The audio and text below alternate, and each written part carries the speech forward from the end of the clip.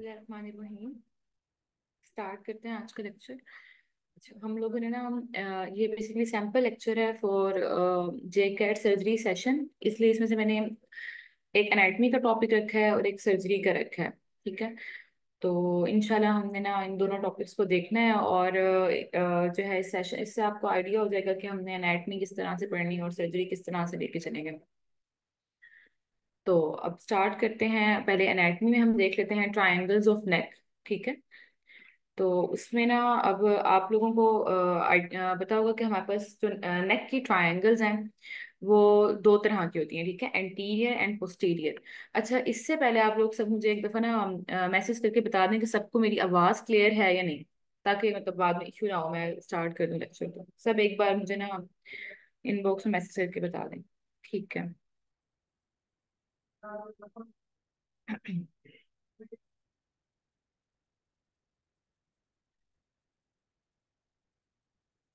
Okay. अच्छा, basically हमारे पास अगर हम ट्रायंगल ऑफ नेक को देखें ना, अगर हम साइड से शो करें। अच्छा, मेरी ड्राइंग इतनी खास नहीं है तो वो आप इसके साथ गुजारा कर लीजिएगा। अच्छा, हमने अभी डायग्राम से भी सारा ये देखेंगे। बेसिकली भी मैंने मेरा मकसद समझाना था। तो इसमें आपने ये देखना है कि एंटीरियर और पोस्टीरियर ट्रायंगल जो है उसको हम कैसे जो है वो डिवाइड कर रहे होते हैं। ठीक है, एंटीरियर एंड पोस्टीरियर ट्रायंगल को। एक मिनट। अच्छा, तो इसमें ये है। अच्छा, ये ऊपर फेस है। देखिए, ये जो है ना हमारे पास नेक का एरिया। ठीक है, ये यहाँ पे जो है मैंडिबल होती है, मैंडिबुलर एरिया आ जाएगा ये। ठीक है, यहाँ से ये। और यहाँ हमारे पास पड़ा होता है स्टर्नो क्लीडोमेस्टाइड मसल, मिड में। स्टर्नो क्लीडोमेस्टाइड होता है ये। और पीछे से इधर से आ रहा था ट्रेपीजियस, जो कि यहाँ जा रहा होगा इस तरह। ठीक है, अभी आपने इसका जनरल कॉन्सेप्ट देखने के, स्टर्नो क्लीडोमेस्टाइड ऊपर से मैंडिबल है और यहाँ पे क्लेविकल आ रही। तो बेसिकली पूछते हैं कि जो एंटीरियर ट्रायंगल होती है उसके कौन से स्ट्रक्चर्स हैं। एंटीरियर ट्रायंगल में एंटीरियरली हमारे पास mid line of the neck है, ये नेक की मिड लाइन आती है। ठीक है, anteriorly mid line of the नेक, और अबव जो है मैंडिबल है। ठीक है, और पोस्टीरियरली स्टर्नोक्लीडोमेस्टाइड मसल है, ये आ जाएगा एंटीरियर ट्रायंगल। और पोस्टीरियर ट्रायंगल कैसे है कि अब एंटीरियरली इसके स्टेनोक्लीडोमेस्टाइड मसल है, पोस्टीरियरली ट्रेपीजियस है और नीचे क्लेविकल है। अब यहाँ से एक एमसीक्यू हम देख सकते हैं कि एंटीरियर एंड पोस्टीरियर ट्रायंगल को कौन सा मसल सेपरेट कर रहा है। तो स्टर्नोक्लीडोमेस्टाइड मसल जो है हमारे पास क्या कर रहा है, anterior and posterior neck triangles को सेपरेट कर रहा होता है। अब जो हमारे पास anterior and posterior neck triangles है ना, इनमें क्या होता है कि इनमें फर्दर हमारे पास डिवाइडेड होती हैं। ठीक है, इनमें फर्दर ट्रायंगल्स हम इनको फर्दर डिवाइड करते हैं। अब एंटीरियर के अंदर ना टोटल जो है फर्दर चार और होती हैं ट्रायंगल्स। ठीक है, और पोस्टीरियर में दो होती हैं। इसमें फोर ट्रायंगल्स और होंगी और इसमें हमारे पास टू ट्रायंगल्स होती हैं। अब अगर हम एंटीरियर की देखें ना, अभी मैं आप लोगों को इस तरह से बता रही हूँ, मैं इनकी डायग्राम सिखाती हूँ तो मजीद साथ क्लियर होता जाएगा। अच्छा, एंटीरियर में अब हमारे पास क्या होता है कि सब मैंडिबुलर होती है। ठीक है, मैंडिबुलर, और फिर सब मेंटल, चार जो हमने करनी है। ठीक है, सब मेंटल, सब मैंडिबुलर, और उसके अलावा है हमारे पास कैरोटिड एंड मस्कुलर। ठीक है, ये चार ट्राइंगल हैं। इसका मैं आपको पीडीएफ भी प्रोवाइड कर दूंगी और अभी डायग्राम्स दिखा दूंगी, तो इसमें आपने घबराना नहीं है, अभी बस सुनते जाना है। ठीक है, तो सब मैंडिबुलर, सब mental, carotid and muscular triangle. अब ना हमने यहाँ से थोड़ा सा जूम करना है और इधर से चलते जाना है कि सब मेंटल कहाँ पड़ी होगी, सब मैंडिबुलर। अब जो हमारे पास होती है ना सब मैंडिबुलर, ठीक है, ये मैंडिबल थी हमारे पास, मैंडिबुलर बोन है। तो मैंडिबल जो है उसके जो है नीचे, एक मिनट की कलर ज्यादा लाइट है। अच्छा, अब मैंडिबल के नीचे जो होगी वो सब मैंडिबुलर होगी, ऐसे ही। तो इसमें हमने करना भी ऐसे, सब मैंडिबुलर जो होती है ना वो इंफीरियर टू मैंडिबल होती है। और यहाँ पे ना दो मसल्स होते हैं, जो सॉरी एक मसल होता है, उसकी दो बेलीज आ रही होती हैं यहाँ पे। ठीक है, यहाँ इस तरह से अटैच होता है डाइगेस्ट्रिक मसल। ठीक है, उसकी एंटीरियर एंड पोस्टीरियर बेली ये इस तरह से करके होते हैं। तो ये कह रहे हैं कि एंटीरियर एंड पोस्टीरियर बेली के दरमियान में, मतलब ये अगर मैंडिबल है ना, तो ये डाइगेस्ट्रिक मसल की ये पोस्टीरियर बेली है और यहाँ से एंटीरियर बेली है। ठीक है, एंटीरियर और पोस्टीरियर वैली के दरमियान में हमारे पास क्या आ रहा है, और अबव मैंडिबल, यहाँ पे सब मैंडिबुलर ट्राइंगल आ जाती है। ठीक हो गया। सब मैंडिबुलर ट्राइंगल में क्या हुआ कि हमारे पास अबव मैंडिबल है, posteriorly posterior belly of digastric, and anteriorly anterior valley of digastric. इसके बाद हमारे पास आ जाती है फर्दर सबमेंटल ट्राइंगल। ठीक है। सबमेंटल ट्राइंगल जो होती है हमारे पास एंटीरियर बैली ऑफ डायगेस्ट्रिक के आगे पड़ी होती है, ये इसके फ्रंट में है, यहाँ पे एंटीरियर बैली ऑफ डायगेस्ट्रिक यहाँ से आ रही होती है हाइड बोन। ठीक है। तो इसमें हमारे पास क्या होता है कि anterior belly of the digastric जो है उसके नीचे करके आएगी इधर। ठीक है। और उसके फ्रंट में यहाँ पे हाइड बोन पड़ी होती है, ये मैं आपको पिक्चर दिखाऊंगी तो मजीद क्लियर होगा। अच्छा, इसकी बाउंड्री में क्या होता है कि हमारे पास क्या करना है कि अबव इसके जो है ना, मतलब ऊपर हाइड बोन होती है। एक मिनट। और जो है ना आगे की तरफ जो है ना इसके आ जाएगी एंटीरियर बैली ऑफ डायगेस्ट्रिक। अब एंटीरियर बैली ऑफ डायगेस्ट्रिक हम देख रहे थे, ये पड़ी हुई है। ठीक है। ये आ गई है इसके स्पीयर जो इसकी बेस बना रही है, नीचे आ जाती है हाइड बोन। ठीक है। तो हाइड बोन और इसके दरमियान में एंटीरियर बैली ऑफ डायगेस्ट्रिक के दरमियान में इस तरह से करके सबमेंटल ट्राइंगल पड़ी होती है। ठीक हो गया। सबमेंटल के बाद हमारे पास होती है ओमो कैरोटिड ट्राइंगल। कैरोटिड ट्राइंगल में हमारे पास ये होता है कि ये पोस्टीरियर बैली ऑफ डायगेस्ट्रिक से वो आ रही होती है। ठीक है। पोस्टीरियर बैली ऑफ डायगेस्ट्रिक भी उससे बना रही है यहाँ से, ये वो इधर करके पड़ी, ये पोस्टीरियर बैली ऑफ डायगेस्ट्रिक, ये इसकी बाउंड्री बना रही है। और नीचे से ना ओमोहॉइड मसल होता है, spear belly of omohyoid muscle. ठीक है। यहाँ से स्टेनोक्लीडोमास्टाइड, इनके दरमियान में यहाँ पे पड़ी होती है कैरोटिड ट्राइंगल। ठीक हो गया। तो ये हमने देख लेना है, कैरोटिड हो गई, सबमेंटल हो गई, सबमेंडिबुलर हो गई। फिर पोस्टीरियर जो है हमने देखे थे, ये ट्रेपेजियस था, स्टेनोक्लीडोमास्टाइड। पोस्टीरियर में यही जो इंफीरियर बैली ऑफ होमोइड यहाँ से आ रही होती है, स्पीयर और इंफीरियर। इसमें ना ये होता है कि अबव जो है सब क्लेवियन ट्राइंगल होती है। ठीक है। और बिलो जो होती है ना हमारे पास वो उसको ना वो बोलते हैं, एक तो जो सब क्लेवियन है इसको ओमोक्लेविकुलर भी कहते हैं। ठीक है। और दूसरा जो होती है ऑक्सीपिटल ट्राइंगल होती है। ठीक है। ऑक्सीपिटल ट्राइंगल है एक, और एक है सबक्लेवियन। सबक्लेवियन पड़ी हुई है इंफीरियरली यहाँ। ठीक है। और ऊपर होती है ऑक्सीपिटल ट्राइंगल। ये इस तरह से आ जाएगा। अच्छा, सबमेंटल मैंने मस्कुलर रह गई थी हमारी। हाँ, मस्कुलर में ये होता है यहाँ फ्रंट पे इधर एंटीरियर जो है ना mid line of the neck muscular triangle में होती है। ठीक है। और स्पीयर बैली ऑफ ओमोहाइड और स्टेनोक्लीडोमास्टाइड के दरमियान पे मिड लाइन ऑफ द नेक यहाँ से आ रही है, आगे से आ रही थी, यहाँ पे स्पीयर बैली ऑफ ओमोहाइड आ रही थी, इस तरह से करके आ रही होती है ये। और नीचे स्टेनोक्लीडोमास्टाइड मसल है, तो यहाँ पे करके ना मस्कुलर ट्राइंगल होती है। ये हो गई हमारे पास anterior triangle, submental, submandibular, carotid and muscular. अच्छा, और पीछे से हमने देख ली थी कि ऊपर थी ऑक्सीपिटल और नीचे जो है वो सबक्लेवियन। ऑक्सीपिटल जो है वो ट्रेपीजियस, ये ट्रेपीजियस मसल पड़ा हुआ था, मैंने बताया था। स्टेनोक्लीडोमास्टाइड इनके दरमियान में है, नीचे इसके आ जाती है इंफीरियर बैली ऑफ होमोहाइड। ठीक हो गया। और जो ओमोक्लेविकुलर है उसमें नाम से ही पता लग रहा है सब क्लेवियन या ओमोक्लेविकुलर, इसमें बेस पे क्लेविकल पड़ी होती है। सुपीरियरली जो होता है हमारे पास इंफीरियर बैली ऑफ ओमोहाइड होती है, और साथ में यहाँ से स्टेनोक्लीडोमास्टाइड मसल भी आ रहा होता है। ठीक है। अभी ये एक रैंडम सा मैंने आप लोगों को बताया है, जस्ट थोड़ा सा माइंड में ना आपको स्केच बनता है। ठीक है, इसलिए। अच्छा, अब इसको हम खत्म करते हैं। ठीक है।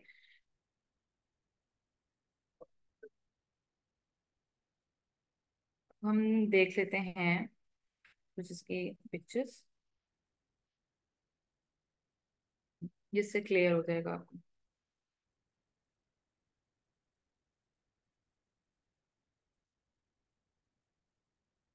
ठीक है। पीडीएफ शो हो रहा है आपको?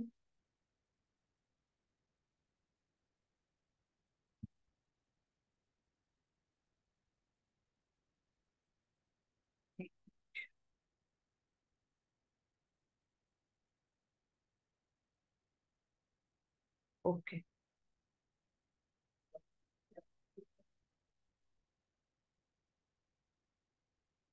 One second.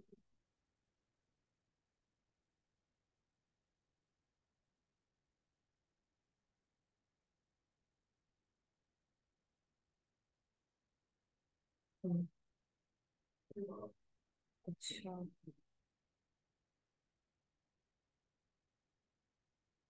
अच्छा, अब इसमें हम लोगों ने देखना है ये डायग्राम थोड़ी सी देख लेंगे इनकी, जिससे हमें ट्राइंगल जो है ना वो क्लियर हो जाए।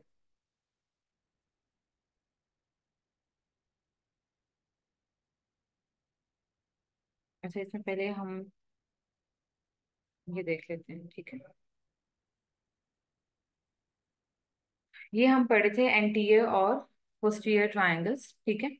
अब एंटीरियर ट्रायंगल में हमने ये देखा था कि यहाँ क्या आ रहा था कि फर्दर ट्रायंगल्स एंड मैंडिबल, सब मैंडिबुलर ट्रायंगल थी, एंटीरियर बेली ऑफ डायगेस्ट्रिक, ठीक है। पीछे से जो है हमारे पास पोस्टीरियर बेली ऑफ डायगेस्ट्रिक थी ये, और ऊपर से मैंडिबल यहाँ पे पड़ी हुई है सब मैंडिबुलर ट्रायंगल, ठीक है। उसके बाद हमारे पास हमने दूसरी देखी थी सबमेंटल ट्रायंगल। सबमेंटल ट्रायंगल में हमारे पास क्या था कि हायोइड बोन, ठीक है, और जो एंटीरियर वैली ऑफ डायगेस्ट्रिक है ना, इसके नीचे ये पड़ी हुई है, ठीक है। यहाँ पे आ जाएगी हमारे पास सबमेंटल ट्रायंगल। सबमेंटल के बाद हमारे पास आ जाती है कैरोटिड ट्रायंगल। कैरोटिड ट्रायंगल में आप देख रहे हैं यहाँ से स्टेनोक्लीडोमेस्टाइड मसल आ रहा है, यहाँ से सुपीरियर वैली ऑफ ओमोहायोइड आ रही है, ठीक है, और ये पोस्टीरियर वैली ऑफ डायगेस्ट्रिक। तो ये हमारे पास आ जाती है कैरोटिड ट्रायंगल। फिर उसके बाद ये मस्कुलर ट्रायंगल, मस्कुलर ट्रायंगल में ये सुपीरियर वैली ऑफ ओमोहॉइड, नीचे से स्टेनोक्लीडोमेस्टाइड है, आगे से anterior mid line of the neck, ठीक है, mid line of the neck आ रही है। ये एंटीरियर हो गई।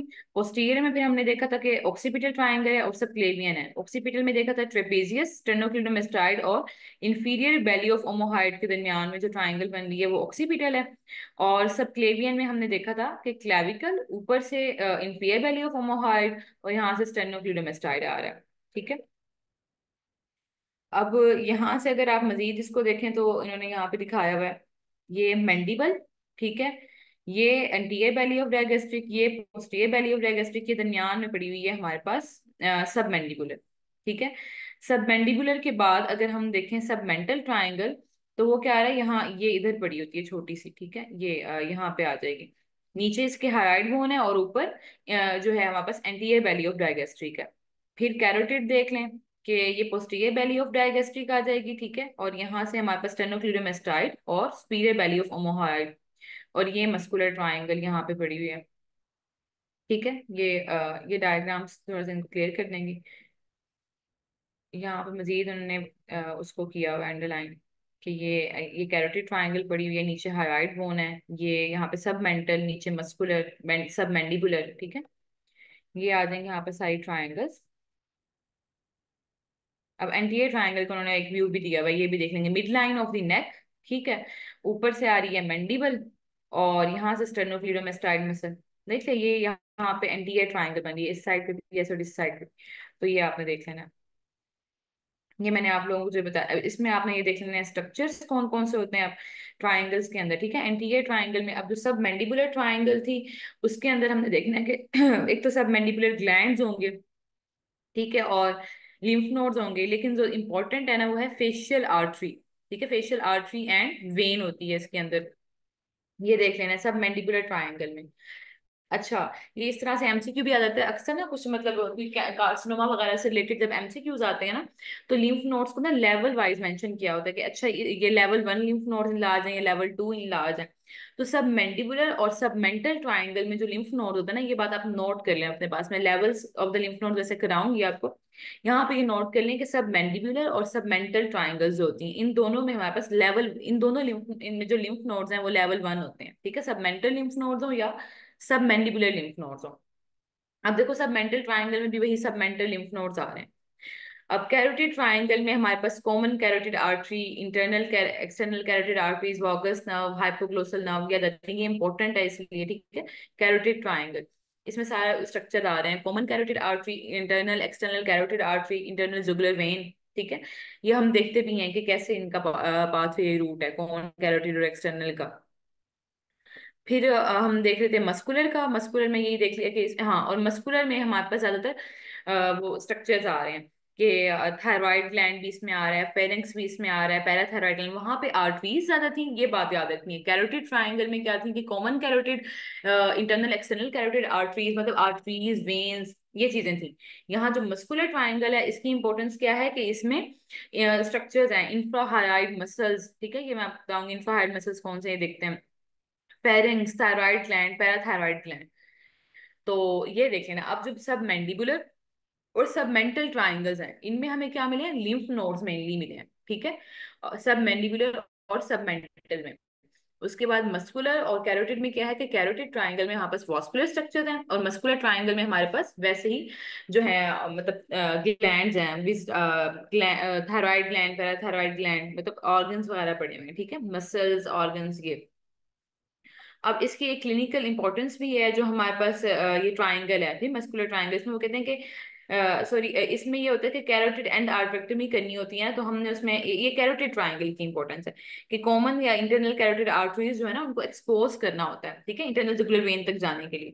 इंटरनल जुगुलर, अब कैरोटिड ट्राइंगल क्यों इंपॉर्टेंट है, क्योंकि उसके अंदर क्या पड़ा हुआ है, common carotid internal jugular vein पड़ी हुई है, जो नॉर्मली हमने यूज करनी होती है सब क्लेवियन, नॉर्मली जब हमने पीपीएन देना है पेशेंट्स को, ठीक है, टोटल पारेंटल न्यूट्रिशन, उसके लिए सब क्लेवियन ट्राई करते हैं। अगर सब क्लेवियन से ना हो तो फिर हम इंटरनल जुगुलर वेन की तरफ जाते हैं, ठीक है, सेंट्रल लाइन पास करने के लिए, सीवीपी लाइन पास करने के लिए, सेंट्रल वीनस जो लाइन जो होती है, ठीक है, वो पास करनी है हमने। तो ये देख, इसकी ये इंपॉर्टेंस है, क्लिनिकली आ सकता है कि कैरोटिड ट्रायंगल की क्या इंपॉर्टेंस है, इसमें हमने कैरोटिड आर्टरी को एक्सपोज करना है ताकि हम इंटरनल जुगुलर वेन तक जा सकें। फिर पोस्टीरियर ट्रायंगल है, उसमें वही ऑक्सीपिटल ट्रायंगल, इसकी बाउंड्रीज बताई हुई हैं, ओमोक्लेविकुलर सबक्लेवियन ट्रायंगल है। इसकी इंपॉर्टेंस ये है कि, और कुछ याद ना भी रखे ना, कि पोस्टीरियर ट्रायंगल में ना एक सबसे इंपॉर्टेंट जो है ना वो ये है कि इधर एसेसरी नर्व पड़ी होती है, ठीक है, एसेसरी नर्व, ये आपको लाजमी पता हो कि ये इसका एक इंपॉर्टेंट स्ट्रक्चर है, ये देख लेना, ठीक है, बाकी आप ये बाकी स्ट्रक्चर्स भी देख लें, लेकिन मेनली जो है ना वो पूछ लेते हैं पोस्टीरियर ट्रायंगल का मोस्ट इंपॉर्टेंट स्ट्रक्चर कौन सा है, तो वो एसेसरी नर्व है, ठीक है। यहाँ पे हमने ये ट्रायंगल्स देख ली हैं सारी। अच्छा, ये तो हमने उसकी बाउंड्रीज देख ली हैं, कंटेंट्स देख ली हैं। अब हमें ना थोड़ा सा आइडिया तो होना कि हम अगर नेक की ट्रायंगल्स पढ़ रहे हैं तो साथ में वहां और क्या क्या स्ट्रक्चर्स हो सकते हैं, कौन कौन से मसल्स वहां पे हैं, और जो आर्टरीज हमने पढ़ी हैं उनको थोड़ा सा रूट देख लेते हैं, ठीक है, तक थोड़ा सा आइडिया हो जाए। अब जैसे हमारे पास हमने देखा कि जो मस्कुलर ट्रायंगल है ना वो उसमें इंफ्रा हायोइड मसल्स होते हैं, तो हमें थोड़ा सा आइडिया हो कि सुप्रा और इंफ्रा हायोइड मसल्स जो हैं वो कौन कौन से हैं, ठीक है, ये थोड़ा सा इंपॉर्टेंट भी है, इसको हम थोड़ा सा देख लेते हैं। अबव द हायोइड बोन जो सारे अटैच हो रहे होंगे वो सुप्रा हायोइड होंगे, और बिलो द हायोइड बोन जो होंगे वो इंफ्रा हायोइड होंगे, ठीक है। तो ये देख लेना, अब जो इंफ्रा हायोइड मसल्स है ना, ये सारे मसल्स जो है ना ये बड़े होते हैं with in the muscular triangle, ये सब मसल्स, ठीक है। तो हमने ना इनको देख लेना है, एक मिनट। अब इसमें आप देख लेंगे कि थायरोहायोइड है, ओमोहायोइड, स्टर्नोहायोइड और स्टर्नोथायरॉइड। इनकी इंपॉर्टेंस ये भी है, इनको स्ट्रैप मसल्स भी बोलते हैं, ठीक है। इनकी इंपॉर्टेंस ये है कि ड्यूरिंग थायराइडेक्टमी हमने इन मसल्स को रिट्रैक्ट करना होता है, थायराइडेक्टमी के दौरान भी और इवन के ट्रैकियोस्टमी में भी ये इंफ्राहायोइड या स्ट्रैप मसल्स पड़े होते हैं। आप पूछ एमसीक्यू आ सकता है कि स्ट्रैप मसल्स कौन कौन से हैं, ठीक है। अच्छा, ओरिजिन या इंजर्जन मैंने आज तक नहीं देखा एमसीक्यूज में कभी आया हो मसल्स का, ठीक है, ना जे कैट के ना एफसीपीएस के, तो उनमें इतना खपने की जरूरत नहीं है मसल्स के। आपको थोड़ा सा बस आइडिया हो, क्योंकि ये इंपॉर्टेंट है थोड़ा कि इंफ्राहायोइड मसल्स हमारे पास थोड़ा सा इनकी क्लिनिकल इंपॉर्टेंस है कि इनको हमने, मतलब एमसीक्यू आ सकता है ड्यूरिंग थायराइडेक्टमी हम कौन से मसल्स को रिट्रैक्ट करते हैं ड्यूरिंग ट्रेक्योस्टमी, ठीक है, तो वो इंफ्राहायोइड मसल्स होते हैं। उनमें थायरोहायोइड है, ये थायराइड ग्लैंड से आके नीचे इस लेवल पे थायराइड ग्लैंड होता है, यहाँ से जाके अटैच हो रहा है स्टर्नोथायरॉइड, जो कि स्टर्नम से थायराइड तक जा रहा है, और फिर आगे थायराइड से आगे वहां पे ऊपर जाएगा हाइड बोन के साथ। फिर जो है हमारे पास ओमोहाइड है, ओमोहाइड जो होता है क्लैविकल से आता है, ओमो का वर्ड ना क्लैविकल के लिए यूज करते हैं, ठीक है। तो ओमो की ये इंफीरियर बेली है, ये सुपीरियर बेली है। तो ये बताओ कि ये इंफ्रा हायोइड मसल्स हैं, ठीक है। उसके अलावा हमारे पास होते हैं सुप्रा हायोइड मसल्स। अच्छा, इंफ्रा हायोइड मसल्स की ना एक और इम्पोर्टेंस बात भी है कि इनको ना एक जो इनकी जो सप्लाई है ना, इनको सप्लाई करती है आंसर सर्वाइकैलिस, ठीक है, तो इसकी इंपॉर्टेंस है, ये भी एमसीक्यू आ जाता है। आंसर सर्वाइकैलिस हमारे पास नर्व होती है, वो इसको सप्लाई कर रही होती है, ठीक है, स्ट्रैप मसल्स को, C1 C2 C3, C1 C2 and C3, ये जो हमारे पास नर्व है ना ये सप्लाई कर रही होती है इन मसल्स को, ठीक है। और इसने क्या करना है कि ये आती कैसे है, इसका ये एमसीक्यू आ जाता है कि ये नर्व जो है ना ये लूप करती है around the internal jugular vein, यहीं से इंटरनल, पीछे से कैरोटिड आर्टरी ट्रायंगल थी ना, वहां से इंटरनल, वहां इंटरनल जुगुलर वेन थी, तो मतलब साथ ही पड़ी है यहाँ। तो इंटरनल जुगुलर वेन से ना ये लूप करके आ रही होती है और यहाँ पे ना इन मसल्स को सप्लाई कर रही होती है, तो ये बात इंपॉर्टेंट है, ठीक है। इसलिए जो है ना हमने क्या करना है कि इसकी जो क्लिनिकल इंपॉर्टेंस ये है, क्योंकि आंसर सर्वाइकली से इंटरनल जो वेन से लूप करके आ रही है मसल्स को सप्लाई करिए, ये होती है इनके इंफीरियर बॉर्डर पे ज्यादातर ना, ठीक है। तो जब हमने स्ट्रैप मसल्स को रिट्रैक्ट करना है ड्यूरिंग थायराइडेक्टमी, तो हम अपर बॉर्डर में करेंगे, अपर लेवल में रहते हुए, ये इसकी इंपॉर्टेंस है क्लिनिकल। क्योंकि जे कैट एग्जाम क्लिनिकल बेस्ड आना है, आपको क्लिनिकल बेस्ड जो है वो चीजों का थोड़ा सा अंदाजा होना चाहिए, तो मैं साथ साथ वो चीजें मतलब बताती रहूंगी एमसीक्यूज के लिए। जो प्रीवियस एमसीक्यूज रिपीट भी हो चुके हैं वो भी हम डिस्कस करेंगे। अब जैसे कैरोटिड ट्रायंगल है ना, उसके कंटेंट आ जाते होते हैं, ठीक है, जो उसके कंटेंट क्या क्या है, या इवन के इनकी बाउंड्रीज पूछ सकते हैं ट्रायंगल्स की। तो ये भी एमसीक्यू आ चुका हुआ है कि sternocleidomastoid muscle anterior and posterior triangle जो है ना, इनको आपस में सेपरेट कर रहा है। तो इस तरह से ये भी एक इंपॉर्टेंट एमसीक्यू है कि एंसा सर्वाइकैलिस जो है वो स्ट्रैप मसल्स को सप्लाई करती है। और इसमें जब हमने इन मसल्स को रिट्रैक्ट करना है ड्यूरिंग थायराइडेक्टमी, तो हम उसके मसल्स के अपर बॉर्डर में रहेंगे, हम लोअर बॉर्डर पे नहीं आएंगे, क्योंकि वहां पे ये नर्व पड़ी होती है। उसके अलावा ये नर्व लूप कर रही है around the internal jugular vein, ठीक है। ये हमने और इसी तरह से सुप्रा हाइड मसल भी होता है। अगर हमने इंफ्रा देखें तो सुप्रा को भी देख लेते हैं, ठीक है। अब हमारे पास क्या होता है कि ये है एक तो डायगेस्ट्रिक मसल आ जाता है, ठीक है, एंटीरियर बैली और posterior belly of the digastric इस तरह से अटैच है, ठीक है, मैंडिबल से स्टार्ट हो रहा है वहां पे जा रहा है। Stylohyoid styloid process of temporal bone से आ रहा होता है, हाइड पे अटैच हो रहा होता है, ठीक है। माइलोहाइड मैंडिबल से आ रहा होता है, उसके एंगल ऑफ मैंडिबल से। दिनोहाइड टंग से आ रहा होता है। तो ये आपने देख लेना, ये सुप्राहाइड मसल्स, इनके भी नेम आपको बस पता हो तो बस काफी है, ठीक है। अब हमने ये देख ली ट्रायंगल्स, मसल्स और उन ट्रायंगल्स के कंटेंट्स। अब हमें थोड़ा सा ना ये आइडिया हो कि जो आर्टरीज पास करी हैं उनका क्या सीन है, ठीक है। जो हम देख रहे हैं ना, इंटरनल कैरोटिड और एक्सटर्नल कैरोटिड।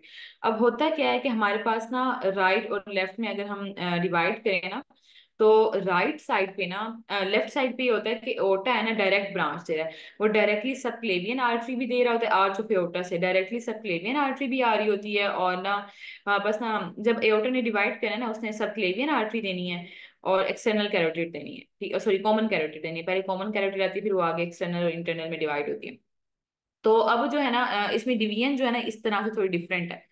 अब लेफ्ट साइड पे एओर्टा डायरेक्टली सबक्लेवियन दे रहा है और डायरेक्टली ही कॉमन कैरोटिड दे रहा है। लेकिन ना राइट साइड पे क्या करता है, पहले वो देता है ब्रेकियोस्फेलिक ट्रंक, ये है ब्रेकियोस्फेलिक ट्रंक, ठीक है। फिर ब्रेकियोस्फेलिक ट्रंक डिवाइड होता है फर्दर एक्सटर्नल कैरोटिड में एंड सबक्लेवियन में। मतलब देखिए कि एमसीक्यू आ जाता है। अब ना ये एमसीक्यू पूछ लेते हैं और इम्पोर्टेंट है कि राइट एक्सटर्नल कैरोटिड आर्टरी किसकी डिवीजन है, ठीक है, कहाँ से आई है, और सॉरी एक्सटर्नल कैरोटिड मैं बोल रही हूँ, कॉमन कैरोटिड, ठीक है, राइट कॉमन कैरोटिड किसकी डिवीजन है और लेफ्ट कॉमन कैरोटिड जो है वो किसकी डिवीजन है। ये एमसीक्यू आदत है।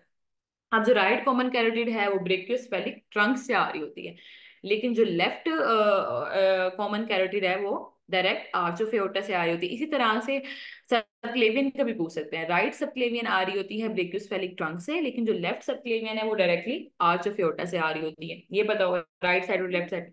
फिर ये आगे फर्दर डिवाइड होती है एक्सटर्नल और इंटरनल कैरोटिड में, ठीक है। एक्सटर्नल और इंटरनल कैरोटिड में डिवाइड होती हैं।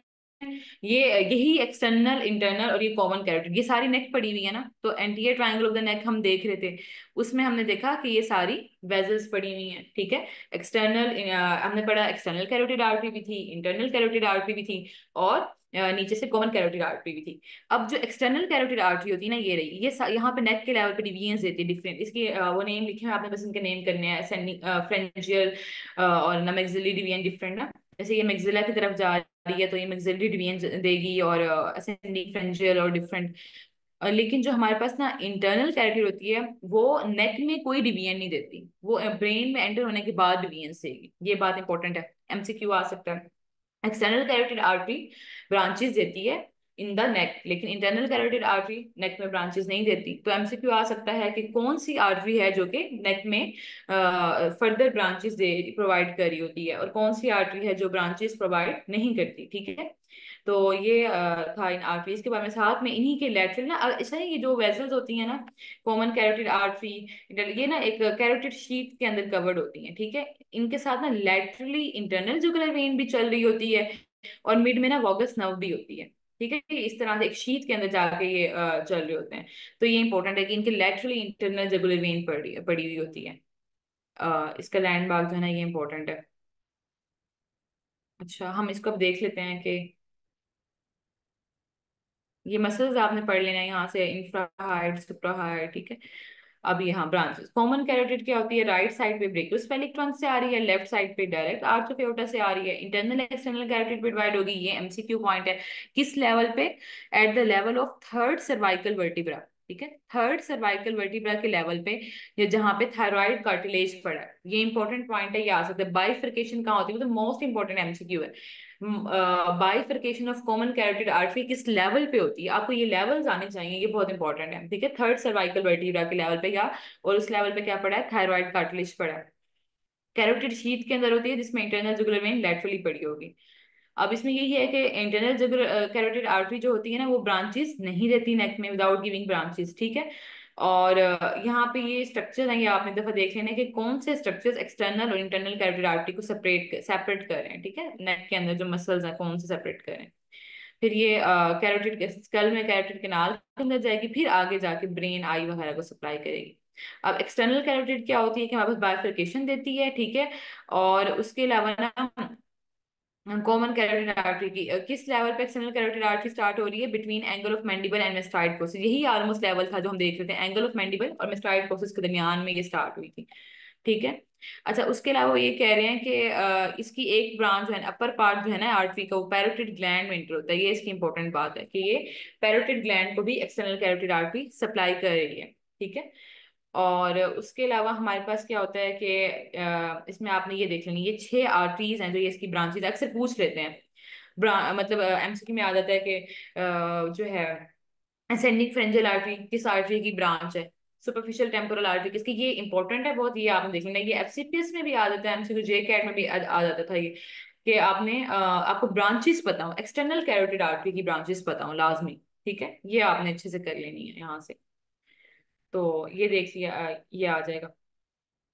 बाकी इंटरनल जुगुलर वेन है, ये हमारे पास पीछे वेन्स ऊपर से नीचे आती है ना, उनका रूट ऑपोजिट होता है। सिग्माइड साइनस नीचे की तरफ आएगी, और फिर नीचे जो है ना इंटरनल कैरोटिड आर्टरी के साथ साथ चल रही होगी। ये इसने देखना इंटरनल जुगुलर वेन का।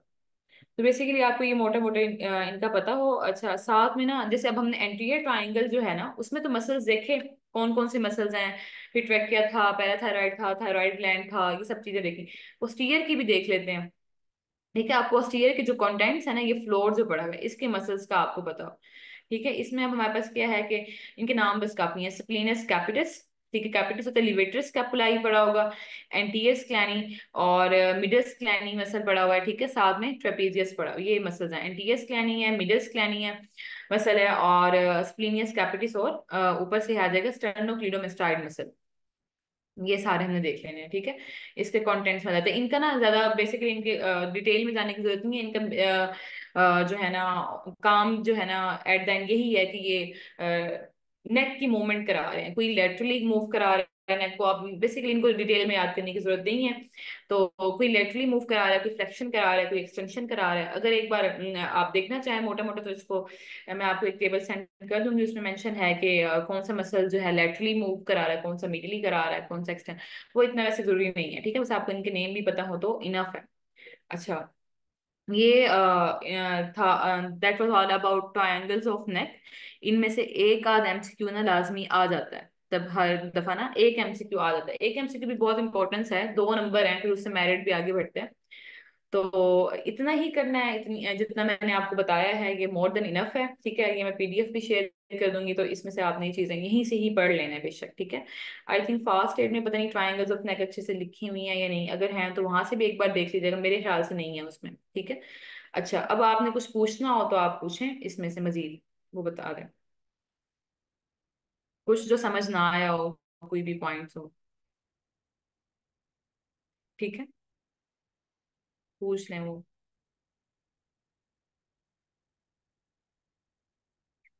समझ आ गए ट्राइंगल्स के बारे में, सारी इनकी बाउंड्रीज भी, कंटेंट्स भी, और उसके अलावा कौन कौन से स्ट्रक्चर्स पास कर रहे हैं।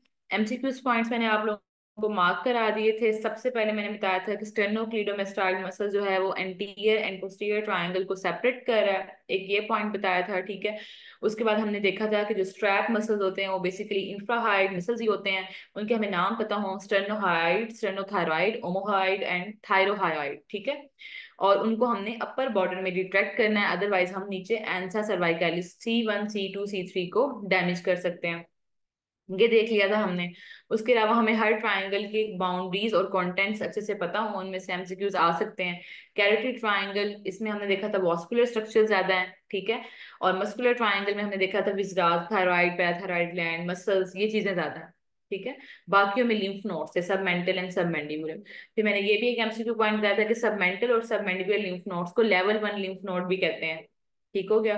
फिर उसके बाद हमने ये देखा था कि bifurcation of common carotid artery किस लेवल पे जाके हो रही है, C3 के लेवल पे, थायराइड कार्टिलेज के लेवल पे, ठीक है। वहां से फिर वो external and internal carotid artery में हमारे पास कन्वर्ट हो रही है। तो ये हमने सारा देख लेना है। लेटरली कैरोटिड शीथ के अंदर होती हैं ये एक्सटर्नल इंटरनल कैरोटिड आर्टरीज, या कॉमन कैरोटिड आर्टरी, सॉरी। तो उसके बाद क्या होगा कि इसके लेटरली इंटरनल जुगुलर वेन पड़ी होती है, ठीक है। फिर एक्सटर्नल कैरोटिड आर्टरी नेक में ब्रांचेस देती है, ये एमसीक्यू पॉइंट है, लेकिन इंटरनल कैरोटिड आर्टरी नेक में ब्रांचेस नहीं देती, ठीक हो गया। तो इस तरह से आपने इन चीजों को थोड़ा सा लेके चलना है। ये बिल्कुल सिंपल था, बहुत छोटा सा टॉपिक था, हमने कर लिया है। अच्छा, इसके बाद अब हम ना इंटेस्टाइनल ऑब्स्ट्रक्शन देख लेते हैं, वो है थोड़ा सा लेंथी, ठीक है। तो इसको हम थोड़ा सा लेके चलते हैं।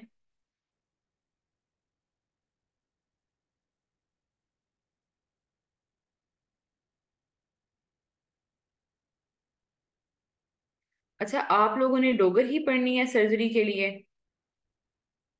मैंने कुछ पॉइंट, अगर कोई भी टॉपिक या कोई टेबल ऐड कराना हुआ अगर वहां से मेले एंड लव से, वो मैं आप लोगों को इंशाल्लाह ग्रुप में साथ के साथ उसकी पिक्चर सेंड कर दिया करूंगी, बता दिया करूंगी कैसे ही है, ठीक है।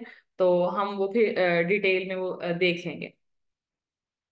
अब बेसिकली हमने पहले देखना है कि इंटेस्टाइनल ऑब्स्ट्रक्शन है क्या, ठीक है। यहाँ पे ही मुझे कोई खाली ब्लैंक पेज मिल जाए ना, तो हम उस पर डिस्कस कर लेते हैं, व्हाइट बोर्ड ओपन करने से बेहतर है। अच्छा, चलिए। अच्छा, इसमें हमने देखना है इंटेस्टाइनल ऑब्स्ट्रक्शन को बेसिकली। इंटेस्टाइनल ऑब्स्ट्रक्शन की पहले हमें ये है कि टाइप्स बताऊं, टाइप्स क्या क्या है, ठीक है। टाइप्स के बाद मतलब अब तो कोई भी टॉपिक पढ़ रहे हैं ना, और उसमें अगर उसकी कोई टाइप्स है उस डिजीज की या उस फिनोमिना की, जो भी वो मसला है, वो टाइप्स हमें आती हैं। फिर उसके बाद ना हमें उसके, ये आपने ना नोट कर लिया अपने पास कि हमने इस पैटर्न से चलना है, फिर हम चीजों को करेंगे। फिर उसके बाद अगर वो डिजीज है तो वो कोई सिम्टम्स देगी, पेशेंट को सिम्टम्स देगी तो वो पेशेंट हमारे पास आएगा ना, उसको कोई मसला होगा तो वो हमारे पास आएगा, ठीक है। अदरवाइज तो उसने नहीं आना ना। तो उसके हमने सिम्टम्स देखने हैं कि क्या सिम्टम्स आते हैं, क्या क्लिनिकल फीचर्स हैं उसके। फिर जब क्लिनिकल फीचर्स में सिम्टम्स भी आ जाते हैं, साइंस भी आ जाते हैं कि हमें क्या साइंस मिले, हमने जब उसको एग्जामिन किया तो हमें क्या क्या पता लगा क्लिनिकली, ठीक है, क्लिनिकल फीचर्स। तो हमने क्या देखना है पहले, उसके क्लिनिकल फीचर्स, डिजीज के क्लिनिकल फीचर्स पे हमने कितना एक डायग्नोसिस बनाना है, ठीक है। क्लिनिक, पहले हिस्ट्री, हिस्ट्री में सिम्टम्स आ जाएंगे क्लिनिक, और साइंस में हम वो क्लिनिकल फीचर्स हम देख रहे हैं। उसके बाद फिर हम उसकी डायग्नोसिस पे आते हैं। डायग्नोसिस जो है वो हमने क्या करनी होती है, इन्वेस्टिगेशंस फर्दर करानी होती हैं, ठीक है। डिफरेंट इन्वेस्टिगेशंस हैं, वो कराएंगे। और उसके अलावा एट द एंड फिर उसकी ट्रीटमेंट, ये तीन चीजों को हमने लेके चलना है, चार चीजें बल्कि, सिम्टम्स, साइंस, और नीचे हमारे पास क्या आ जाएगा, इन्वेस्टिगेशन एंड ट्रीटमेंट। अब जो हमारे पास इंटेस्टाइनल ऑब्स्ट्रक्शन होती है ना, आपको पहले बेसिकली इसका ये पता हो कि ये दो तरह की होती है, ठीक है। डायनेमिक होती है और ए डायनेमिक, इसकी टाइप्स हैं पहले, ठीक है। हम ये बुक से ही कर लेते हैं, डायनेमिक और ए डायनेमिक। अच्छा, यही डायनामिक जो है ना, इसी को कहते हैं मैकेनिकल ऑब्स्ट्रक्शन। और जो ए डायनामिक होती है हमारे पास, इसको कहते हैं जो है फंक्शनल ऑब्स्ट्रक्शन, ठीक है। फंक्शनल, ये जो है मैकेनिकल है, ये डायनामिक है, यहाँ मेंशन किया हुआ है, ये हमारे पास ए डायनामिक है। अब होता क्या है कि डायनामिक में ना, मतलब नाम से पता लग रहा है मैकेनिकल की, कोई मैकेनिकल कॉज है, ठीक है। इसमें हमारे पास कुछ ना कुछ ऐसा है जो ऑब्स्ट्रक्ट कर रहा है इंटेस्टाइन को, ठीक है, जो वहां पे मसला क्रिएट कर रहा है। इसकी ना फिर फर्दर मतलब टाइप्स हैं डायनामिक में, कि हमारे पास इंट्राल्यूमिनल ऑब्स्ट्रक्शन, इंट्राम्यूरल और एक्स्ट्राम्यूरल। ये बहुत अच्छा सा टेबल बना हुआ है बेले एंड लव में, वो आपको ग्रुप में शेयर कर दूंगी। फिलहाल हम ये देखते हैं। अब डायनामिक में क्या होता है, डायनामिक ऑब्स्ट्रक्शन में हमारे पास जो है मैकेनिकल ऑब्स्ट्रक्शन हो रही है। फॉर एग्जांपल मैं आपको थोड़ी सी सिंपल लैंग्वेज में बता देती हूँ कि या तो कोई ना हार्ड फीकल मैटर आया है, ठीक है, ये हमारे पास पड़ी हुई थी गट, ठीक है। तो हार्ड फीकल मैटर आया, यहाँ पे आके इम्पैक्ट हो गया। फीकल इन्फेक्शन, ठीक है, हार्ड फीकल मैटर की वजह से या तो इन्फेक्शन हो गई है हमारे पास, ठीक हो गया, ये हमारे पास आ सकती है। या फिर क्या हुआ है कि कोई पेशेंट जो, ये ल्यूमिन है, ये गट है, ठीक है, ये गट की वॉल्स आ गई, ये नीचे ल्यूमिन, ल्यूमिन में हार्ड फीकल मैटर आके इम्पेक्ट करा रहा है। या क्या हुआ, टीबी है पेशेंट को, ये क्रोन्स डिजीज है, उन्हें हमें पता है स्ट्रिक्चर्स बनते हैं, टीबी भी स्ट्रिक्चर बनाते हैं क्रोन डिजीज, तो वॉल के अंदर स्ट्रिक्चर बन गया, स्ट्रिक्चर ऐसा बना है कि वो नीचे की तरफ ना इसको ऐसे कंप्रेस करे ल्यूमिन को, तो फिर कंप्रेशन होगी, ठीक हो गया। ये जो है ना, ये इंट्राल्यूमिनल हो गई ल्यूमिन के अंदर, ठीक है, फीकल मैटर भी हो सकता है, कोई फॉरेन बॉडी हो सकती है, ठीक है, बेसुरास कुछ सब्सटेंस होते हैं वो हम देख लेंगे, वो इसको इम्पेक्ट कर सकते हैं। Gall stones, paralytic gall stone होते हैं, उसमें हमारे पास क्या होगा कि वो मूव करके ना इंटेस्टाइन में जाते हैं, यहाँ ऑब्स्ट्रक्शन करा रहे होते हैं, ठीक है।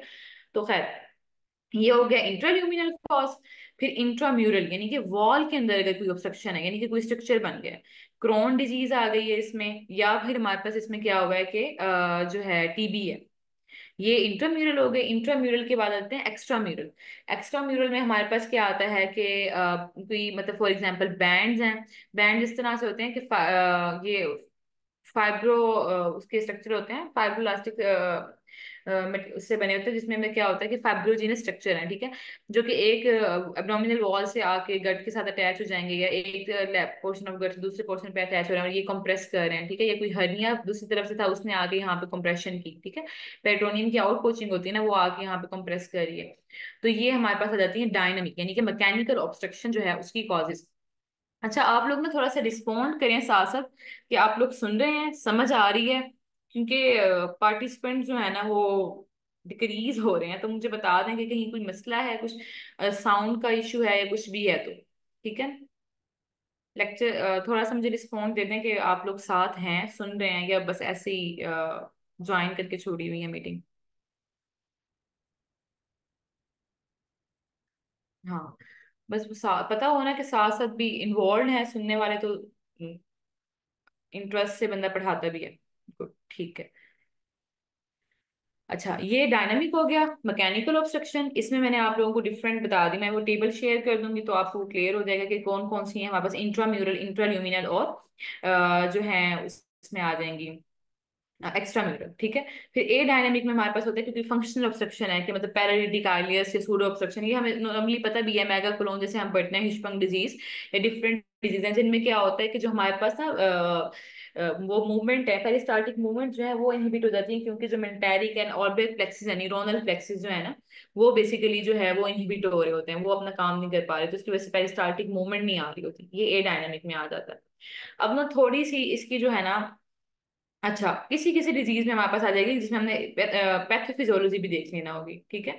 अब जो इंटेस्टाइनल ऑब्स्ट्रक्शन है ना, इसकी थोड़ी सी हमें ना डायनामिक जैसे है, इसकी थोड़ी सी पैथोफिजियोलॉजी का भी हमें अंदाजा पता होना चाहिए कि क्या हुआ कि गट ये जा रही है, ठीक है, मतलब हमें डिफरेंशिएट करना आना चाहिए ना क्लिनिकली कि डायनामिक ऑब्स्ट्रक्शन है या ए डायनामिक है। तो इसमें ये होता है कि यहाँ पे इस लेवल पे आके कोई ऑब्स्ट्रक्शन आ गई है, तो क्या होगा, इसमें हमें इनिशियली क्या मिलता है कि जो पीछे से ना पेरिस्टाल्टिक मूवमेंट इंक्रीज हो जाती है। अब ये डिफरेंस है डायनामिक और ए डायनामिक में, कि डायनामिक में क्या हो रहा है कि पेरिस्टाल्टिक मूवमेंट स्टार्ट में बहुत ज्यादा इंक्रीज हो जाती है, हमें हाइपर एक्टिव मिलती हैं, ठीक है। अब जैसे हम लोग पेशेंट्स को देख रहे होते हैं, मैं खुद रेजिडेंसी सर्जरी में करी, तो वहां पर जो इंटेस्टाइनल ऑब्स्ट्रक्शन के आते हैं ना, वैसे तो पेशेंट आता ही इतना लेट है ना, लेकिन अगर कोई अर्ली स्टेज पे आ जाए ना, तो आपको proper hyper active bowel sound जो है वो ऑडिबल हो रही होती है, यहाँ पे मिली होती है, पेरिस्टाल्टिक मूवमेंट जो है ना हाइपर एक्टिव मिली होती है। और यहाँ पे जो है ना आगे से तो मतलब ऑब्स्ट्रक्शन के आगे ना, अच्छा वो आगे देखते हैं, पहले पहले हमें इसका पता होना कि यहाँ पे बाउल साउंड्स पहले हमें इनिशियली बहुत ज्यादा मिलेंगे, फिर एट द फिर क्या होगा, एट द एंड क्या होगा कि हमारे पास ना इंक्रीज बहुत ज्यादा इंक्रीज हुए जा रही होती है, जैसे होता है ना कि हम जैसे डीपोलराइजेशन ब्लॉकेट पढ़ते होते थे मसल्स का, कि वो जैसे हम, अगर आप लोगों में से कोई एनेस्थीसिया में कोई रोटेशन किसी ने की, आपको याद हो कि हम सक्सिनाइल कोलीन देते हैं, वो क्या है, डीपोलराइजिंग ब्लॉकेट है। वो क्या करता है कि मसल्स को ना बहुत ज्यादा स्टिमुलेट करता है, कि एट द एंड वो फटीग की वजह से ना पैरालाइज हो जाते हैं, इस तरह का उसका मैकेनिज्म है ना। तो यहाँ पे भी यही हो रहा है कि इतनी हाइपर एक्टिव पहले पेरिस्टालसिस होती है, उसके अगेंस्ट कर करके करके एट द एंड थक हार के पेरिस्टालसिस एब्सेंट हो जाती है, कि जो लेट इंटेस्टाइनल ऑब्स्ट्रक्शन होगी उसमें पेरिस्टालसिस एब्सेंट होगी, ठीक है। अब इसमें होता है कि अब पेरिस्टालसिस भी एब्सेंट हो गई है, और जो है ना क्या आएगा। अब यहाँ पे जो फीकल मैटर था ना, ये तो आगे से जो भी मतलब तब तक स्टूल भी पास हो जाएगी, ये सारा जो है ना इवेकुएट हो जाएगा। अब जो ऑब्स्ट्रक्शन से पीछे वाली गट होती है ना, वो हो जाती है डिस्टेंडेड, ठीक है, वो इनलार्ज हो जाएगी और डिस्टेंडेड हो जाएगी, प्रोमिनेंट उसके गट लूप्स फील हो रहे होते हैं। ये वाली जो है ना, ये बिल्कुल पिचक सी जाएगी, ये मतलब डिक्रीज हो, क्योंकि यहाँ पे कुछ कुछ आ ही नहीं रहा, आगे ऑब्स्ट्रक्शन है, ना कोई फीकल मैटर आ रहा है, जो भी है वो सब कुछ इवेकुएट हो चुका है। तो अब यहाँ पे ना ये एमसीक्यूज भी आ जाते हैं कि ये जो इंक्रीज डिस्टेंशन है ना, इसकी क्या कॉज है। मतलब हम ये पता चल गया कि चलो ठीक है, एक तो ये ऑब्स्ट्रक्शन है, आगे कुछ स्टूल पास नहीं कर रहा, तो फिर भी एब्डोमेन क्यों डिस्टेंड हो रहा है, ठीक है, फर्दर क्या है, गैशियस डिस्टेंशन भी हो जाती है। तो इसमें ना दो चीजें हैं हमारे पास, ये आ जाता है डिस्टेंशन में, क्या दो चीजें आ जाती हैं, गैस एंड फ्लूइड्स, ठीक है। अब हमारे पास ना जो ये कहती है डोगर है, वो कहती है कि 8 लीटर टोटल जो फ्लूइड होता है ना, वहाँ पर जीआईटी वो प्रोड्यूस करा रही होती है, यहीं कहीं मेंशन था यहाँ पे, तो देख लेना और जो है according to Bailey and Love, तो उन्होंने वहां पे मेंशन किया हुआ है कि हमारे पास, ये आपको थोड़ा सा फ्लूइड का अंदाजा हो कि पेंक्रियाटिक जूस हो या सलाइवरी जूस हो, ठीक है, सलाइवा, पेंक्रियास और बाइल, ये 500 ml तक होते हैं, और ना जो हमारे पास गैस्ट्रिक सिक्रीशन है ना, ये 1 लीटर तक होती है, ठीक है। इसे सलाइवा, बाइल, पेंक्रियाज, ये 500 है, ये आप थोड़ा सा मैं अपने पास नोट कर लें, बाइल, सलाइवा एंड पेंक्रियाज, इनकी सिक्रीशन होती है 500 ml तक। और उसके अलावा जो हमारे पास क्या है, स्टमक है, वो 1 लीटर तक करता है। अच्छा, इसके अलावा बाकी ड्यूडेनम भी आ जाता है, बाकी रिफ्लेक्सेस भी आ जाते हैं, लीवर भी आ जाता है। तो यहाँ पे इन्होंने लोगों में मेंशन किया हुआ है कि जो हमारे पास स्मॉल इंटेस्टाइन है ना, वो 8 लीटर देखें फ्लूइड जो है वो डेली रिसीव करे। अभी जो फ्लूइड है ना, जब ये एब्जॉर्ब ही नहीं होगा, ठीक है, और ये जब ये इसका आगे से ड्रेनेज के पास भी नहीं बन रहा, आगे जा ही नहीं रहा, तो क्या होगा, ये अकोमुलेट होना स्टार्ट हो जाएगा इन द गट ल्यूमिन, ठीक है, गट ऑब्स्ट्रक्टेड हुई हुई है, ये फ्लूइड भी ना वहां पे अकोमुलेट होना शुरू हो जाएगा। ये फ्लूइड डिस्टेंड कर रहा होगा एक तरफ से, दूसरी तरफ से ना गैसेस, ठीक है। अब गैसेस में ना हमारे पास होती हैं ऑक्सीजन, कार्बन डाइऑक्साइड, नाइट्रोजन, ठीक है, और उसके अलावा आ जाती है हाइड्रोजन सल्फाइड। अब मेनली जो होता है ना, कार्बन डाइऑक्साइड, ऑक्सीजन फिर भी कुछ हद तक ब्लड के थ्रू रीअब्सॉर्ब वगैरह हो जाती हैं, लेकिन जो नाइट्रोजन एंड हाइड्रोजन सल्फाइड है, ये नहीं होती, मेनली ये पड़ी होती है। तो एमसीक्यू आ जाता है कि मोस्ट कॉमन जो है कौन सी गैस है जो कि गैसियस डिस्टेंशन जो करा रही है, तो गैसियस डिस्टेंशन में कौन सी गैस इन्वॉल्व है, ठीक है। मोस्टली आई थिंक ये एमसीक्यू आया भी हुआ था, और हम लोग जो है ना इसको, अगर जिसने नहीं पढ़ा हुआ, तो वो कार्बन डाइऑक्साइड हम लोग इसकी तरफ जा रहे होते हैं मेनली, ठीक है, जो कि गलत है। गैसियस डिस्टेंशन में जो गैसियस गैस अकोमुलेट हो रही होती है, इंक्रीज होती है, नाइट्रोजन होती है, 90% यहाँ पे नाइट्रोजन होती है, ठीक है। फिर बाकी जो है वो हाइड्रोजन सल्फाइड होती है, जो कि हम ऑक्सीजन एंड कार्बन डाइऑक्साइड भी होते हैं। तो ये आपको मैंने एक और एमसीक्यू बता दिया कि नाइट्रोजन जो है हमारे पास, ये गैस यहाँ पे होती है, गैसेस डिस्टेंशन में जो गैस अकोमुलेट हुई होती है वो क्या है, नाइट्रोजन है, ठीक है। अब इसमें जो पेशेंट है ना, अब उसमें क्या हो रहा है, फ्लूइड अकोमुलेट हो रहा है। अच्छा, इसमें एक और इंपॉर्टेंट पॉइंट था कि फ्लूइड थर्ड स्पेस में जा रहा है, थर्ड स्पेस का कॉन्सेप्ट पता है, थोड़ा सा वो देख लेते हैं कि हमारे पास ना दो स्पेसिस ही है ना फ्लूइड के लिए, या तो इंट्रावास्कुलर है, ठीक है, वेसल के अंदर या तो जा रहा है, या फिर हमारे पास ना मतलब यानी कि ब्लड में है, या फिर प्लाज्मा फ्लूइड है सिंपली, ठीक है। तो ये दो स्पेसिस हमारे पास आ जाती हैं। लेकिन जो है हमारे पास इसके अलावा और कोई स्पेस नहीं है, इसके अलावा अगर किसी स्पेस में फ्लूइड जा रहा है, ठीक है, तो उसको कहते हैं ये थर्ड स्पेस फ्लूइड है। तो अगर ल्यूमिन में फ्लूइड, ल्यूमिन में तो नॉर्मली फ्लूइड नहीं होता ना, वो तो ब्लड में एब्जॉर्ब हो जाता है, इंट्रावास्कुलर या एक्स्ट्रावास्कुलर वहां पड़ा हुआ है, ठीक है, एनवायरमेंट। तो ल्यूमिन में जो अगर फ्लूइड अकोमोडेट होना चाहिए, तो इसको कहते हैं थर्ड स्पेस लॉस, ठीक है। इसलिए इन पेशेंट जो होता है ना, ये इसका थर्ड स्पेस फ्लूइड लॉस हो रहा है, ओरल इनटेक कम है और वोमिटिंग है, इस वजह से डिहाइड्रेशन में जा रहे होते हैं, इलेक्ट्रोलाइट इम्बैलेंस होता है इनमें और डिहाइड्रेशन होती है। और मतलब नॉर्मली जब हम कह रहे होते हैं कि हमने इनकी डिहाइड्रेशन को ट्रीट करना है, तो हम जब उनका फ्लूइड कैलकुलेट करते हैं ना, तो उसमें जितनी रिक्वायरमेंट होती है बॉडी की, उसके साथ साथ हम ये भी देखते हैं कि थर्ड स्पेस लॉस जो हुआ है, फ्लूइड जो एनजी के थ्रू आ रहा है, हम देख रहे हैं, तो उसको भी ऐड कर रहे होते हैं इसमें, ठीक है। तो ये इसमें देख लेना कि ल्यूमिन के अंदर फ्लूइड आ गया है, ओरल इनटेक कम हो गया, वोमिटिंग बहुत ज्यादा हो गई है, जिसकी वजह से क्या हुआ है कि हमारे पास इलेक्ट्रोलाइट इम्बैलेंस हो गया और पेशेंट में डिहाइड्रेशन हो रही है। ये इसकी सारी पैथोफिजियोलॉजी हो गई, ठीक है। मैंने इसकी टाइप्स बता दी हैं, पैथोफिजियोलॉजी हमने देख ली। अब बेसिकली जो है ना, इसके आ जाते हैं क्लिनिकल फीचर्स, ठीक है। बाकी ये सारी बातें आप पढ़ेंगे, वही चीजें लिखी हुई हैं। अच्छा, ये जो है ना मैकेनिकल ऑब्स्ट्रक्शन की जो इतनी सारी कॉजेज लिखी हुई हैं, ये हम ना वन बाय वन पढ़ेंगे, अगर आज होता है तो आज पढ़ लेंगे, अदरवाइज में तो लेक्चर्स में, ठीक है। ये सारा डिटेल में पढ़ना है, डिहियंस, हर्निया, इंटरसेप्शन, वोल्वुलस। अच्छा, बेसिकली हम इंटेस्टाइनल ऑब्स्ट्रक्शन में ना क्लिनिकल फीचर्स को देखते हैं, ठीक है। अब क्लिनिकल फीचर्स में ना हमने इसमें ये देखना है कि पेशेंट जो है वो प्रेजेंट कैसे करेगा हमारे पास, ठीक है। जो ऑब्स्ट्रक्शन है मैकेनिकल ऑब्स्ट्रक्शन में, अच्छा अब आप हम मैकेनिकल ऑब्स्ट्रक्शन को ही लेके चल रहे हैं। जो फंक्शनल ऑब्स्ट्रक्शन है या ए डायनामिक है उसके बारे में थोड़ा सा है, वो मैं आपको मतलब वो हम एंड पे देखेंगे। तो हाँ तो इसके अलावा जो है ना बाकी अब हमें इसकी मैकेनिकल ऑब्स्ट्रक्शन देखते हैं। इसी की भी हमने देखा ना कि पीछे से पहले जो है जो इंटेस्टाइन है वो डिस्टेंड हो रही है गट, और आगे से कोलैप्स कर रही है। पेरिस्टाल्टिक मोन पहले इंक्रीज हुई है फिर खत्म हो गई है, मतलब ये सारा कुछ ना।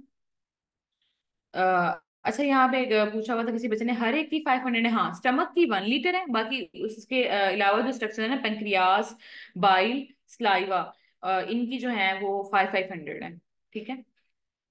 अच्छा अब इसमें हम देख लेते हैं क्लिनिकल फीचर्स। इसमें चार ही हैं, इनको ना टेट्राड भी बोलते हैं जो है ना इंटेस्टाइनल ऑब्स्ट्रक्शन का ना हमें सॉरी कॉर्टेट जो है वो क्या होता है, अक्सर ये आ जाता है। तो कॉर्टेट में क्या आ जाएगा कि ना एब्डोमिनल पेन और abdominal distension, vomiting and constipation, ठीक है। Abdominal pain, distension, vomiting and constipation आ रहा है हमारे पास। अब इसमें ना थोड़ा सा हमें इन फीचर्स को ना थोड़ा सा एलिब्रेट करके देखना है। अब वो सिर्फ इतना पता होना काफी नहीं है, क्योंकि आप लोगों का ना मोस्ट प्रोबेबली ऐसे ही है कि सारा पेपर, मैक्सिमम पेपर सर्जरी से आना है। और अच्छा थोड़ा सा आप लोग इसका देख लें कि ट्रिकी आएगा, क्योंकि ना जैसे वो लोग ये एमएसएमडी वाले जैसे आईएमएम में बुक से हटते नहीं है, पास एमसीक्यूज नहीं देते, इस उनका प्लान जो है ना इसमें भी ऐसे ही करने का है, ये बेले एंड लव को ज्यादा से ज्यादा टच करना है। और जो है ना इस दफा वो सुनने में ये आ रहा है कि शायद वो जो है एमसीक्यूज डिस्ट्रीब्यूशन भी ना बताए, ठीक है। तो अब उसमें इसलिए हमने देखना है कि थोड़ा सा ना उनको डिटेल में लेके चलना है। अच्छा और हाँ, और दूसरी बात ये है कि intestinal obstruction most most most important है। सर्जरी के जो मैंने जितने भी पास पे देखे हैं, जब जितने बच्चों को कराया है अब तक जे कैट का सेशन, जब मैंने खुद पेपर दिया था, तो मतलब ऐसा कह लें कि मतलब ऐसे लग रहा होता है ऑलमोस्ट हाफ जो एमसीक्यूज है ना वो इसी से आए होते हैं, इंटेस्टाइनल ऑब्स्ट्रक्शन से। मतलब मुझे तो पेपर सॉल्व करते हुए ऐसे ही फील हुआ था क्लिनिकली। तो इसलिए ये बहुत ज्यादा इंपॉर्टेंट है, इसलिए आपने इसको ना डिटेल में हमने देखना है। अच्छा अब ना ये जो abdominal pain, distension and vomiting and constipation जो है ना, इसमें ना ये हर लेवल पे ना डिफरेंट है। स्मॉल इंटेस्टाइन पे इसके डिफरेंट फीचर्स आएंगे। एब्डोमिनल पेन, किसी में एब्डोमिनल पेन पहले होता है, स्मॉल हमारे पास ना दो चीजें आ जाती हैं, स्मॉल इंटेस्टाइन, स्मॉल इंटेस्टाइन में भी फिर हमारे पास एक आ जाती है जुजिनम, एक आ जाती है आइलियम, ठीक है। मतलब हाई स्मॉल बाउल कहते हैं जुजिनम को, और आइलियम को लो स्मॉल बाउल कहते हैं, और फिर आ जाती है लार्ज बाउल। अब इनमें जो वोमिटिंग है, डिस्टेंशन है, कॉन्स्टिपेशन है, एब्डोमिनल पेन है, हर एक का डिफरेंट है। और इसी क्लिनिकल फीचर की बेस पे ना हम डायग्नोस कर लेते हैं 90% केसेस में कि इसको लार्ज बाउल की ऑब्स्ट्रक्शन है या स्मॉल बाउल की, मतलब सिर्फ सिर्फ हिस्ट्री पे, ठीक है, हिस्ट्री और एग्जामिनेशन पे। अब वो कैसे ये देख लेते हैं। अब हमारे पास ना अगर हम ऑब्स्ट्रक्शन या स्मॉल बाउल होता है कि वोमिटिंग है वो पहले होती है, यहाँ पे उन्होंने मेंशन भी किया बाइलियस वोमिटिंग होगी, ठीक है। अच्छा बाइल कहाँ है, क्योंकि अब ड्यूडिनम के लेवल पे ऑब्स्ट्रक्शन है ना, बाइल कहाँ होता है ड्यूडिनम के वहां से जो है ड्यूडिनम में एंटर हो रहा होता है ना गॉल ब्लैडर से, एम्पुल ऑफ द वाटर के लेवल पे, तो बाइल इसका मतलब पीछे वाली सिचुएशन पे बाइल है। तो रीजनल जो ऑब्स्ट्रक्शन होगी ना वहां पे बाइलियस वोमिटिंग होगी, और ये अर्ली होगी, ठीक है। हाई स्मॉल बाउल में वोमिटिंग अर्ली होती है और प्रोफ्यूज होती है, ठीक है, फौरन, जाहिर सी बात है वोमिटिंग होगी तो डिहाइड्रेशन होगी। और डिस्टेंशन इसमें इतनी ज्यादा नहीं होती, ठीक है। डिस्टेंशन इतनी ज्यादा नहीं होती, स्मॉल बाउल लूप्स भी इतने ज्यादा डायलेट नहीं करते। इसमें जो मेन आता है ना, ठीक है, अब रीजनल में क्या होती है कि डिस्टेंशन एब्सेंट या मिनिमल होती है, ये देख लेना है। एब्सेंट या मिनिमल डिस्टेंशन होगी और वोमिटिंग सबसे पहले होगी, ये आ गया हमारे पास रीजनल का। और एब्डोमिनल पेन जो होता है ना वो भी ड्यूडेनम में इतना ज्यादा नहीं होता, कॉलिक ही होता है, लेकिन ना मतलब ये आ जाएगा अपर एब्डोमिन में होगा, ठीक है, कॉलिक नेचर का होगा, लेकिन बहुत ज्यादा मार्क नहीं होता। फिर आ जाएगी हमारे पास आइलियल या फिर लो स्मॉल बाउल ऑब्स्ट्रक्शन। अब जो लो स्मॉल बाउल ऑब्स्ट्रक्शन है ना, इसमें जो प्री डोमिनेंट फीचर है, अब यहाँ से देख लें, ज्यूजनम में प्री डोमिनेंट फीचर वोमिटिंग है, ठीक है। यहाँ से आपने ये क्लिनिकल पॉइंट्स है, ये एमसीक्यूज में आएंगे, जरूर आएंगे। आपको डायग्नोस करना आता हो कि किस लेवल की ऑब्स्ट्रक्शन है, ये पूछ सकते हैं, ठीक है, सिर्फ साइन एंड सिम्टम्स बता दें। ज्यूजनल ऑब्स्ट्रक्शन में वो पेशेंट सबसे पहले वोमिटिंग के साथ प्रेजेंट करेगा, उसको सिवियर वोमिटिंग होगी, डिहाइड्रेशन होगी, पेन इतना ज्यादा नहीं होगा, एब्डोमिन इतना ज्यादा डिस्टेंडेड नहीं होगा, ठीक है। अब उसमें हमारे पास क्या होता है कि जो आइलियल है उसमें हमारे पास पेन भी बहुत ज्यादा होगा, प्री डोमिनेंट फीचर होगा पेन, और मल्टीपल डायरेक्टेड लूप्स मिलेंगे। ठीक है, वोमिटिंग बाद में हो रही है आइलियम में या लो स्मॉल बाउल कह लें। ठीक है, आइलियम में क्या हो रहा है, एक तो पेन होगा अराउंड द पेरियम लाइकल रीजन या अपर एब्डोमेन में पेन होता है, बहुत सीवियर किस्म का पेन होगा। ठीक है, और और उसके अलावा जो है ना मतलब क्वालिटी पेन होता है, वो कहते हैं रेगुलर इंटरवल्स पे पेन हो रहा होता है। ठीक है, अच्छा वोमिटिंग जो है वो कह रहे हैं इसकी फिकुलेंट होती है, ये बात देख लेनी है। अच्छा वो बाद में देखते हैं, पहले पेन को। पेन जो है इसका क्या होगा कि सिवियर होगा, और बाउल भी डिस्टेंडेड होगा, और इसकी बहुत इंपॉर्टेंट बात कि आपको ना विजिबल पेरिस्टालसिस मिल रही होगी, एग्जेजरेटेड बाउल साउंड, मतलब ये टिपिकल कैरेक्टरिस्टिक आ रही है आइलियल ऑब्स्ट्रक्शन में। ठीक है, अगर आप एमसीक्यू में मेंशन कर देते हैं कि एग्जेजरेटेड बाउल साउंड मिली है या विजिबल इंटेस्टाइनल पेरिस्टालसिस मिली है, तो किस लेवल की ऑब्स्ट्रक्शन है, आइलियल ऑब्स्ट्रक्शन। ठीक है, डिस्टेंशन भी होगी, विजिबल जो है हमारे पास इसमें वो भी आ गई, बाउल साउंड्स भी आ गई। ठीक है, और पेन भी हो गया, लेकिन वोमिटिंग होगी बाद में, और वो होगी फिकुलेंट।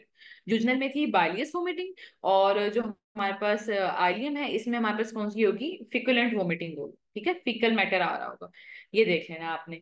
अब हमारे पास रहेगी लार्ज बाउल। लार्ज बाउल को देख लेते हैं, उसमें पेन होगा इंफ्राम लाइकल रीजन में। ठीक है, सबसे पहले पेन से ही पता लग रहा है कि इंफ्राम लाइकल रीजन में हो रहा है। इसमें भी हमारे पास क्या होता है कि वोमिटिंग लेट होती है और वो फ्रिक्वेंट ही होती है, लेकिन इसमें डिस्टेंशन रिमार्केबल होती है, लेकिन इसमें उतना पेन नहीं होता जितना आइलियम में होता है। ठीक है, अब जिजनल और आइलियम में डिफरेंशिएट करना है तो हम वोमिटिंग से करेंगे कि जिजनल में वोमिटिंग ज्यादा होती है और आइलियम में कम होती है।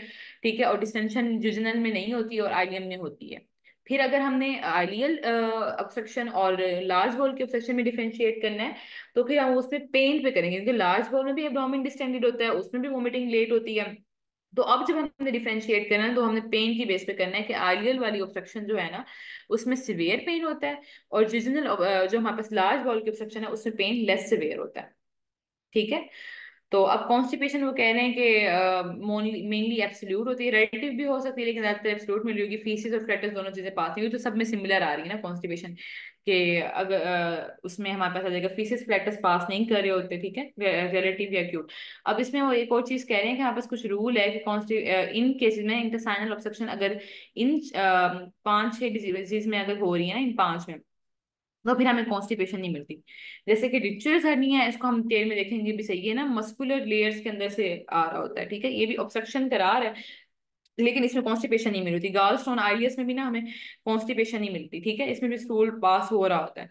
इस तरह से मेसेंटेरिक वास्कुलर ओक्लूजन, इसमें भी कॉन्स्टिपेशन नहीं मिलेगी।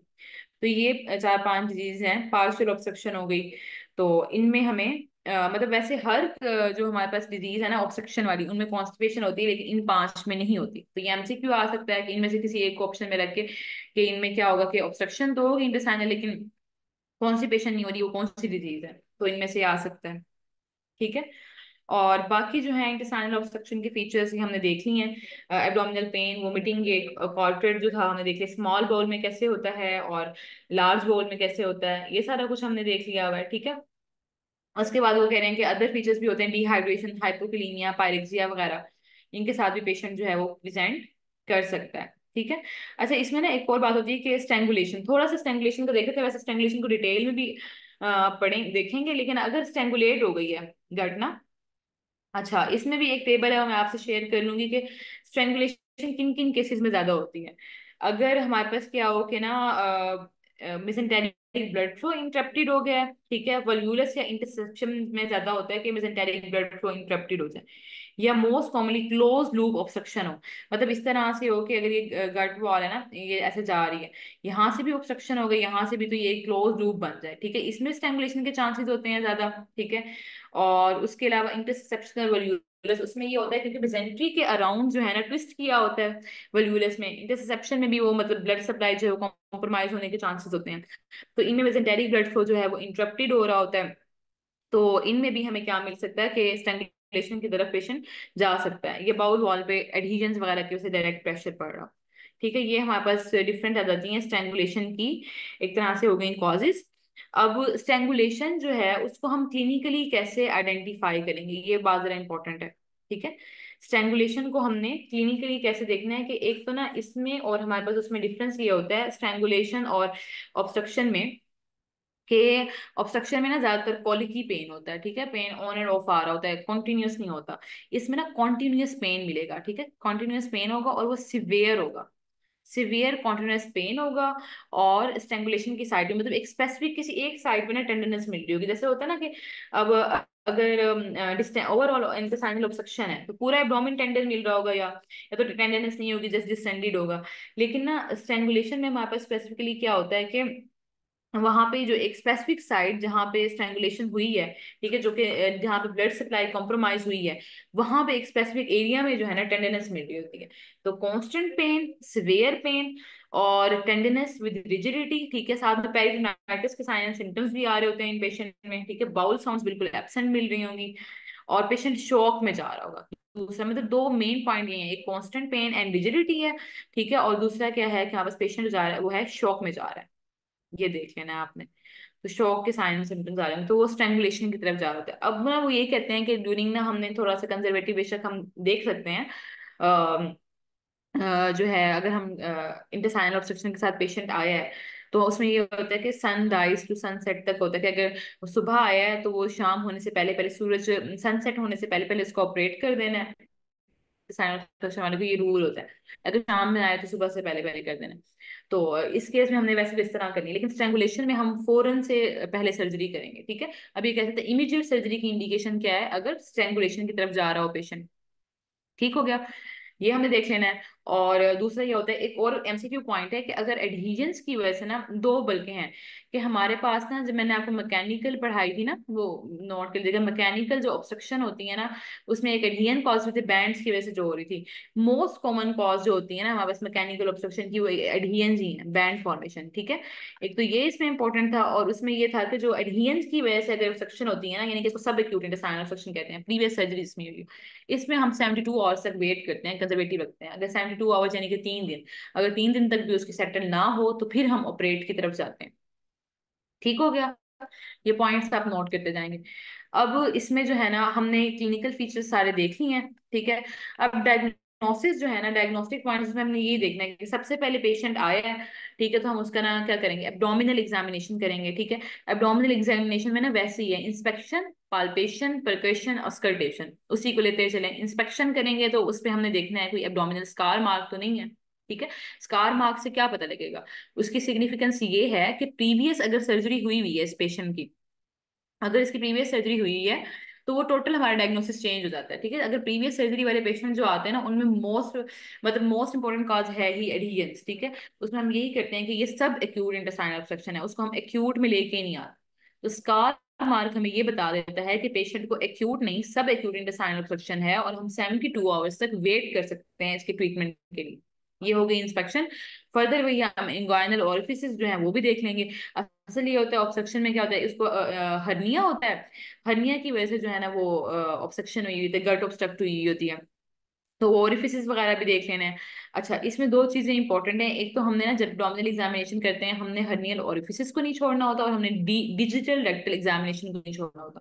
ये बहुत ज्यादा इंपॉर्टेंट है कि हमने जितने भी कॉन्स्टिपेशन के साथ पेशेंट आएंगे उनकी हर हाल में डीआर आती है, कि अगर तो रेक्टम में स्टूल पड़ा हुआ है तो इसका मतलब ये है कि उसको हो मैकेनिकल ऑब्स्ट्रक्शन ना हो, ठीक है, ए डायनामिक ऑब्स्ट्रक्शन हो, कि स्टूल तो पड़ा हुआ है लेकिन वो पेरिस्टाल्टिक मूवमेंट्स नहीं है इसलिए वो पास नहीं हो रहा, या मतलब वैसे ही सब एक्यूट है कि थोड़ा सा हार्ड है तो उसको इवैक्यूएट कर दें या उसको अनीमा करा दें, ठीक है। अगर तो वो एम्प्टी है रेक्टम तो फिर इसका मतलब है कि ये डेंजर है, अंदर हो सकता है कोई परफोरेशन, ठीक है। तो इन चीजों को हमें देखना है। फिर वही सीबीसी, एलएफटी, सीरम इलेक्ट्रोलाइट्स, ये सिंपल टेस्टिंग के कराने होते हैं। ये यूरिया क्रिएटिनिन हमने इसलिए कराना होता है क्योंकि पेशेंट डिहाइड्रेशन में जाते हैं, डिहाइड्रेशन की वजह से अक्सर ऐसे पेशेंट है वो एक ही आई में भी चले जाते हैं। पेशेंट जो है अगर इतना लेट आता है ना तो वो साथ में किडनी में उसकी डैमेज हुई, तो ये इसलिए ये टेस्ट जो है वो जरूरी है। इन पेशेंट्स में अमाइलेज और एलडीएच भी बढ़ा होता है अगर वो परफोरेशन की तरफ गए हो या स्ट्रैंगुलेशन हुई हो, ठीक है। एलडीएच भी एलिवेटेड होता है स्ट्रैंगुलेशन वाले में, ये भी एक एमसीक्यू पॉइंट है, ये देख लेना आपने। ये हो गई हमारी डायग्नोसिस। अच्छा, उसके बाद फिर हमारे पास क्या है, रेडियोलॉजिकल फाइंडिंग, मतलब जो हमने इन्वेस्टिगेशंस करानी है। इन्वेस्टिगेशन में हम एक्सरेज करा सकते हैं, अल्ट्रासाउंड करा सकते हैं, और उसके अलावा हम सीटी कराते हैं, ठीक है। आजकल ये है कि मोस्ट कॉमनली और जो मोस्ट इफेक्टिव चल रहा है इन्वेस्टिगेशन वो सीटी चल रहा है, लेकिन हमने मतलब अपनी बुक्स तक ही है ना, उन्होंने उसको प्रेफरेबल नहीं मेंशन किया हो। अब इसमें ये जो इंपॉर्टेंट चीज है ना इन्वेस्टिगेशन में, वो ये है कि रेडियोलॉजिकल हमें फाइंडिंग्स पे कैसे मिलता है, मतलब रेडियोलॉजिकल फाइंडिंग्स पे हम जो देख रहे हैं उसको तो स्ट्रक्चर कैसे नजर आ रहे हैं, ठीक है, रेडियोग्राफ्स पे। अब इसमें ये होता है कि अगर हमने ना स्पाइन पोस्चर में कराते हैं, इरेक्ट पोस्चर में, इरेक्ट में ना हमें एयर फ्लूइड लेवल्स मिलते हैं, ठीक है। इंटेस्टाइनल ऑब्स्ट्रक्शन हुई होगी ना, तो एयर फ्लूइड जो है ना वो सेपरेट हुए होंगे, ऊपर एयर पड़ी हुई होगी और नीचे जो है वो फ्लूइड पड़ा होगा। एयर फ्लूइड लेवल्स आ रहे होते हैं हमारे पास। और जो स्पाइन है ना, स्पाइन से हमें पता लगता है लेवल ऑफ ऑब्स्ट्रक्शन भी पता लगता है और गट स्टेटस पता लगता है। अब इसमें ये होता है कि हमारे पास है, इसमें अगर हमने इंटेस्टाइन में देखना है ना, हमने ये एवेल्यूएट करना है, स्मॉल इंटेस्टाइन है, लार्ज इंटेस्टाइन है, या आइलियम है, जिजनम है। तो इसमें ये होता है कि हम वन बाय वन देखेंगे। अगर जैसे स्मॉल बाउल है ना, तो उसका जो है ना हमें डिस्टेंडेड गट मिलेगी इन द सेंटर, ठीक है। सेंटर में पड़ी होगी और ट्रांसवर्सली पड़ी होगी, इस तरह से करके, ठीक है। सेंटर में ट्रांसवर्सली डिस्टेंडेड गट पड़ी हुई है। और मतलब उसके स्मॉल गट के कोई इतने खास फीचर्स भी नहीं आ रहे होते, मतलब जैसे आइलियम है ना, वो क्या होता है, सेंट्रली पड़ा होता है और फीचरलेस होता है। ये देख लेना, ये एमसीक्यू आ जाते हैं। आइलियम हमें स्पाइन पोजीशन में मिलेगा, सेंट्रली होगा या फिर फीचरलेस होगा, सेंट्रली और फीचरलेस। फिर जुजनम होता है, जुजनम में हमें वेल्वुलाई कन्वीनियंटिस मिलती हैं, वो इस तरह से आपस एक तो बड़ा होगा, थोड़ा सा पेरिफेरीज पे होता है। और इसमें क्या होता है, वेल्वुलाई कन्वीनियंट कन्वीनियंट्स जो है ना, उनसे हमें अंदाजा होता है कैसे ये यूजनल लेवल है, ठीक है। अब इसमें ये होता है कि जो कन्वीनियंट्स होती है ना, ये रेगुलर पड़ी होती हैं और पूरी विड्थ ऑफ द बाउल इस तरह करके पड़ी होती है, बड़ी प्रोमिनेंट एक्सरेज पे नजर आ रही होती हैं। मुझे मौका मिला मैं आपसे इनकी पिक्चर्स भी शेयर करूंगी कोई, ठीक है। इस तरह से करके होती हैं। ये जुजिनम का बता रही हैं। आइलियम क्या था, वो फीचरलेस था, सेंटर में पड़ा हुआ था, ये साइड्स पे और इसमें वेल्वुलाई कन्वीनियंट्स हैं जो कि क्या करी हैं, ओवरऑल विड्थ में आ रही हैं और रेगुलर इंटरवल्स पे आ रही हैं, ठीक है। फिर सीकम, सीकम कैसे मिलता है, उसका ना डिस्टेंडेड राउंडेड गैस शेडो मिल रहा होता है सीकम का, ठीक है। Distended and rounded gas shadow मिल रहा होता है हमारे पास सीकम का in the right iliac fossa, ठीक है। और उसके बाद आ जाती है लार्ज बाउल। लार्ज बाउल में हमें मिलते हैं हॉस्ट्रल फोल्ड्स, ठीक है। अब जो हॉस्ट्रेशन होती है ना, हॉस्ट्रल फोल्ड, वो क्या होती है, एक तो पूरी विड्थ को नहीं कवर करी होती है, वो ऐसे करके पड़ी होंगी, ठीक है, ऐसे। और एक तो पूरी विड्थ को कवर नहीं करी होती, दूसरी वो इरेगुलर इंटरवल्स पे होती है, मतलब अगर एक यहाँ पड़ी है तो दूसरी यहाँ हो सकती है, फिर तीसरी बिल्कुल इसके साथ यहाँ हो सकती है। इन इसमें और जुजनम में ये फर्क है। जुजनम में जो वेल्वुलाई कन्वीनियंट्स होते हैं वो क्या होते हैं, through the width of the gut पड़े होंगे, रेगुलर इंटरवल्स पे पड़े होंगे, लेकिन हमारे पास लार्ज बाउल में हॉस्ट्रॉस जो होते हैं वो रेगुलर इरेगुलर इंटरवल्स पे होते हैं और थ्रू आउट द विड्थ को कंट्रोल कवर नहीं कर रहे होते, ठीक है। और उसके अलावा इरेक्ट पे तो हमें ना एयर फ्लूइड लेवल मिलते हैं, स्पेशली स्मॉल बाउल के ना। और नॉर्मली ये होता है, एक और इसमें इंपॉर्टेंट बात है, ये इस तरह से एयर फ्लूइड लेवल है, नीचे फ्लूइड पड़ा हुआ है, ऊपर एयर पड़ी हुई है ये। अच्छा, नॉर्मली एयर फ्लूइड लेवल्स जो है ना हमारे पास, ये गैस शेडो को शो करें, दो हमारे पास ना, एक स्टमक का होता है और दो इंटेस्टाइन के ना कॉमन है। एक होता है, अच्छा एमसीक्यू आ जाता है, एक ड्यूडिनल कैप के लेवल पे होता है, ये नोट कर ले अपने पास, लिख लें। एक ड्यूडिनल कैप के लेवल पे हमारे पास होता है, ये एमसीक्यू इसी तरह के ही बनेंगे आपसे, आपके पास ना एयर फ्लूइड लेवल। और दूसरा हमारे पास होता है डिस्टल आइलियम के लेवल पे, ठीक है। ये दो एयर फ्लूइड लेवल्स होते हैं, ये नॉर्मल एडल्ट्स में ना सिर्फ यही दो ही होते हैं। लेकिन इसमें एक एक्सेप्शन ये है कि जो बच्चे होते हैं उनमें हमारे पास ये दो नहीं होते, दो से ज्यादा हमें मिल सकते हैं, लेकिन एडल्ट्स में ये दो ही मिलेंगे। अगर इन दो से ज्यादा एयर फ्लूइड लेवल्स हैं तो वो इंटेस्टाइनल ऑब्स्ट्रक्शन को शो कर रहे हैं। ये दो पॉइंट्स आप नोट कर लेंगे, ड्यूडिनल कैप और डिस्टल आइलियम के लेवल पे ये होंगे, ठीक हो गया।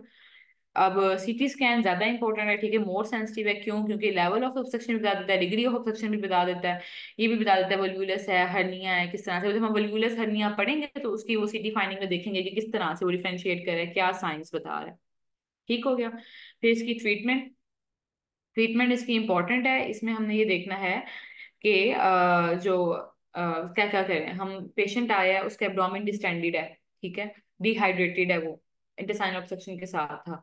एग्जामिनेशन एग्जामिन करने के बाद हमने क्या करना है, उसको नेसोगेस्ट्रिक ट्यूब पास करनी है, स्टमक की डीकम्प्रेशन करनी है, ठीक है। इसमें ये फर्क है, डायनामिक में ना हम नेसोगेस्ट्रिक ट्यूब पास कर देते हैं सिंपली, वो वापस पीछे रिफ्लेक्स बैक कर जाएगा, लेकिन ए डायनामिक में ना हमें नेसोगेस्ट्रिक सक्शनिंग करनी होगी, उसे खींच के जो भी कंटेंट्स है ना बाहर निकालना होता है। फिर वो डिहाइड्रेटेड है तो हमने क्या करना है कि फ्लूइड्स एंड इलेक्ट्रोलाइट्स उसको देने हैं, ठीक है। रिंगर लैक्टेट बेसिकली दे देते हैं। अच्छा, पहले इसमें रिंगर लैक्टेट प्रेफर किया जाता था, अब जो बेली एंड लव का न्यू एडिशन है उसमें नॉर्मल सलाइन मेंशन है, फिर हार्टमैन सॉल्यूशन या नॉर्मल सलाइन देते हैं फ्लूइड। तो ये आप यहाँ पे या नोट कर लें, हार्टमैन सॉल्यूशन या फिर नॉर्मल सलाइन दे रहे होते हैं, ठीक है। तो ये हो गया। फिर हमने कैथेटराइजेशन करनी है यूरिन आउटपुट वगैरह को मेजर करने के लिए। और उसके बाद फिर जो है ना फर्दर फिर हम अगर ये सारा कुछ नहीं, सर्जरी का वही एंटीबायोटिक्स तो मेनली ऑब्वियसली वो देंगे, क्योंकि जो एरोबिक एनारोबिक बैक्टीरिया वहाँ पे गैसेस गैसेस प्रोड्यूस कर रहे हैं उसको रिलीफ मिलेगा। अब सर्जरी, वही मैंने आपको बात बताई थी कि sun should be not both rise और सेट, ठीक है। अगर सुबह आया तो शाम जो है सनसेट से पहले, और अगर रात में आया तो सनराइज से पहले हमने उसकी सर्जरी कर देनी है। लेकिन जो एडहेसिव है उसमें हमने 72 आवर्स तक देखना है, ऐसे ही है। और अब इसमें हमने ये देखना होता है कि अगर हमारे पास ना, हमने जब वो ओपन किया है, ठीक है, स्ट्रैंगुलेटेड हर्निया पड़ा हुआ था, ऑब्स्ट्रक्टेड एंड स्ट्रैंगुलेटेड है। हम, अच्छा, वो है पेंक्रियाज का अलग से 500 ml है, स्लाइवा का अलग से 500 ml है, बाइल का अलग से है, ठीक है, इनके 500 500 ml है। स्टमक जो है उसका 1 लीटर है, ठीक है, इस तरह से है। और नॉर्मली ये होता है कि जो हमारे पास अपर जो है ना, आई थिंक स्टमक और स्टमक से पहले और स्टमक से बाद की जो होती है ना सिक्रीशन, वो इक्वल होती हैं, तो ओवरऑल पूरी सिक्रीशन मिला के 8 लीटर बन जाता है। अच्छा, अब इसमें ये हम देख रहे थे कि 72 आवर्स के अंदर हमने एडहेसिव की करनी है सर्जरी। अब ऑब्स्ट्रक्टेड या स्ट्रेंगुलेटेड एक्सटर्नल हर्निया जो है उनको हमने ना, मतलब जब ओपन किया है पेशेंट को ना, ठीक है, तो उस जब हमने ओपन किया तो हमने देखना है कि ये स्ट्रेंगुलेटेड है कि नहीं, तो उसको कैसे डिफरेंशिएट करेंगे, ये बात इंपॉर्टेंट है। इसमें ये होता है कि हमने वो जो गट था ना, मतलब वो तो हमें लग रहा है कि गंग्रीनस तो नहीं है। अगर अगर तो गंग्रीनस है, साफ गंग्रीन पता लग रहा है उसको, तो हर हाल में हमने रिसेक्शन करके एनास्टोमोसिस करनी ही करनी है, ठीक है। लेकिन अगर वो हमारे पास गंग्रीनस गट नहीं है, ठीक है, तो लेकिन हमें फिर भी उसकी वायबिलिटी पे शक है, तो हम क्या करेंगे कि हम ना नॉर्मल स्लाइन स्ट्रोक गॉज लेंगे, उससे उसको पैक करेंगे, ठीक है, हॉट स्लाइन स्ट्रोक पैक लगा के 10 मिनट तक वो रख देंगे। साथ में उसे 100% ऑक्सीजन देंगे, ठीक है, 10 मिनट तक 100% ऑक्सीजन देने के बाद फिर हम गट का कलर चेक करेंगे, ठीक है। अगर तो फिर ये है कि इसकी मिसेंट्री को पिक करने से वहां से ब्लीडिंग हो रही है, और मेसेंट्री पिक करने से ब्लीडिंग हो रही है, पेरिस्टालसिस थोड़ी बहुत उसकी ऑब्जर्व होने लग गई है, शाइनी एंड फम आ रही है, ठीक है, डार्क कलर उसका लाइटर हो गया, तो वो वायबल है, ठीक है, फिर उसको हम वहीं पे छोड़ देंगे, उसको हम रिसेक्ट नहीं करेंगे। लेकिन अगर उसका डार्क कलर है, पेरिस्टालसिस भी लॉस हुई हुई है, मेसेंट्री ब्लीड नहीं करी, डल है, लस्टरलेस है, फ्लैबी थिन है, तो फिर हम उसको रिसेक्ट करके एनास्टोमोसिस कर देंगे बाकी बचे हुए स्ट्रक्चर की। ये सारा हमने देख लेना है, ठीक है। अब वो ये कह रहे हैं कि अगर हमें मल्टीपल स्ट्रक्चर्स डैमेज मिल रहे हैं तो हमने फिर 48 आवर्स तक सेकेंड लेप्रोटमी की तरफ भी जाना है। अब इसकी कॉम्प्लिकेशंस देख लेनी है कि इंटेस्टाइनल ऑब्स्ट्रक्शन की क्या है, हाइपोवोलीमिया, शोक, renal failure, peritonitis, septicaemia, ARDS, ये हो सकते हैं, ठीक है। एडहेसिव में वो बता रहे हैं कि एडहेसिव में बेसिकली ना फाइब्रस बैंड्स होते हैं ना, ये आते हैं बिटवीन ऑर्गन्स, मैंने बताया था आपको, और टिश्यूज के दरमियान में बनते हैं, कि एब्डोमिनल कैविटी और टिश्यू के दरमियान में बनते हैं। मेजर कॉज यही है इंटेस्टाइनल ऑब्स्ट्रक्शन की 60 to 70% ऑफ द केसेस में, ठीक है, ये आपने देख लेना है। इसमें भी वही सारा जो है ना हमारे पास, एडहेसिव ऑब्स्ट्रक्शन में क्या हो सकता है कि इस्कीमिया हो सकता है, कोई फॉरेन मटेरियल वहां पे आके वो इस्कीमिया करा, ऑब्स्ट्रक्शन करा सकता है, इन्फ्लेमेटरी कंडीशन हो सकती है, ठीक है, ये इसकी कॉमन कॉजेज आ जाएंगे एडहेसिव ऑब्स्ट्रक्शन की। क्लिनिकल फीचर इसके मोर और लेस वही है, pain, abdomen, distension, vomiting, constipation, ठीक है, initially exaggerated bowel sound, then फिर वो डिमिनिश हो जाएंगी, वही सारा कुछ जो इंटेस्टाइनल ऑब्स्ट्रक्शन का हमने जनरल देखा है। और डायलेटेड लूप्स मिलेंगी, वही टेस्ट हैं, वही एनजी करनी है हमने, आईवी फ्लूइड्स देने हैं, इलेक्ट्रोलाइट्स को करेक्ट करना है, लेकिन यहाँ पे एक बस डिफरेंट बात क्या है, 72 आवर्स तक ऑब्जर्व करना है सर्जरी से पहले। सर्जरी इसकी होती है ओपन या लेप्रोस्कोपिक एडहेसिस, इसके ना और भी बहुत से प्रोसीजर थे, नोबल स्प्लाइकेशन, चार्ल्स अपना बिल्कुल ठीक है। अब जस्ट हम क्या करते हैं, ओपन सर्जिकल एडहेसिस,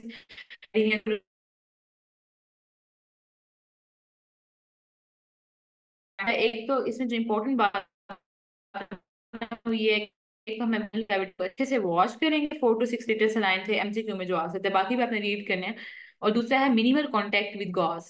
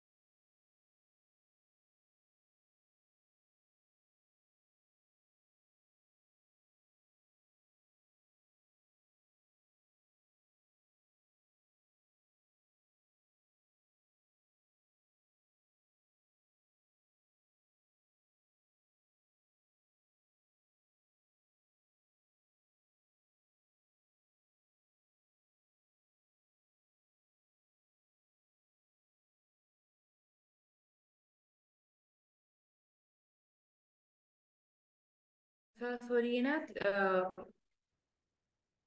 नेट थोड़ा सा ऑफ हो गया था, लेकिन हमारा लेक्चर भी ऑलमोस्ट एंड हो चुका है। ठीक है, यही हम बस ये लास्ट टॉपिक ही देख रहे थे, प्रिवेंशन ऑफ एलियन कैसे करनी है। Gentle handling, minimal use of Gauss, 4 to 6 litre of सेलाइन before closing the abdomen. ठीक है, गुड सर्जिकल टेक्निक, यही तक हमने करना है।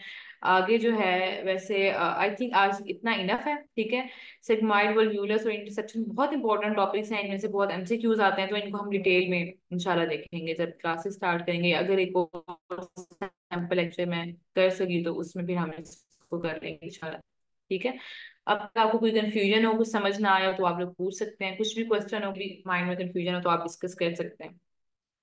अच्छा, मोस्ट प्रोबेबली जो है चांसेस हैं कि एमसीक्यू जो हैं जनरल सर्जरी से भी आएंगे ज्यादा, और उसमें ना शॉक और ट्रॉमा के जो चैप्टर्स हैं ना, वो ज्यादा, मतलब थोड़ा सा सुनने में आया कि उनसे ज्यादा टॉपिक्स बन सकते हैं। ठीक है, तो वो चीजों को हम फिर साथ साथ इसी तरह से लेके चलेंगे कि हमने जनरल सर्जरी के कुछ 4-5 चैप्टर हैं जिनमें से चांसेस हैं कि बहुत ज्यादा एमसीक्यूज आने हैं, वो हम ज्यादा डिटेल में करके पढ़ेंगे। ठीक है, इस तरह से सैलरी में भी 4-5 चैप्टर हैं जिनमें से एक इंटरेस्टिंग हर्निया है, और कहाँ से कैसे करना है। बाकी आप लोगों को कंफ्यूजन हो, कुछ पूछना हो तो वो आप पूछ सकते हैं, फिर लेक्चर एंड करते हैं।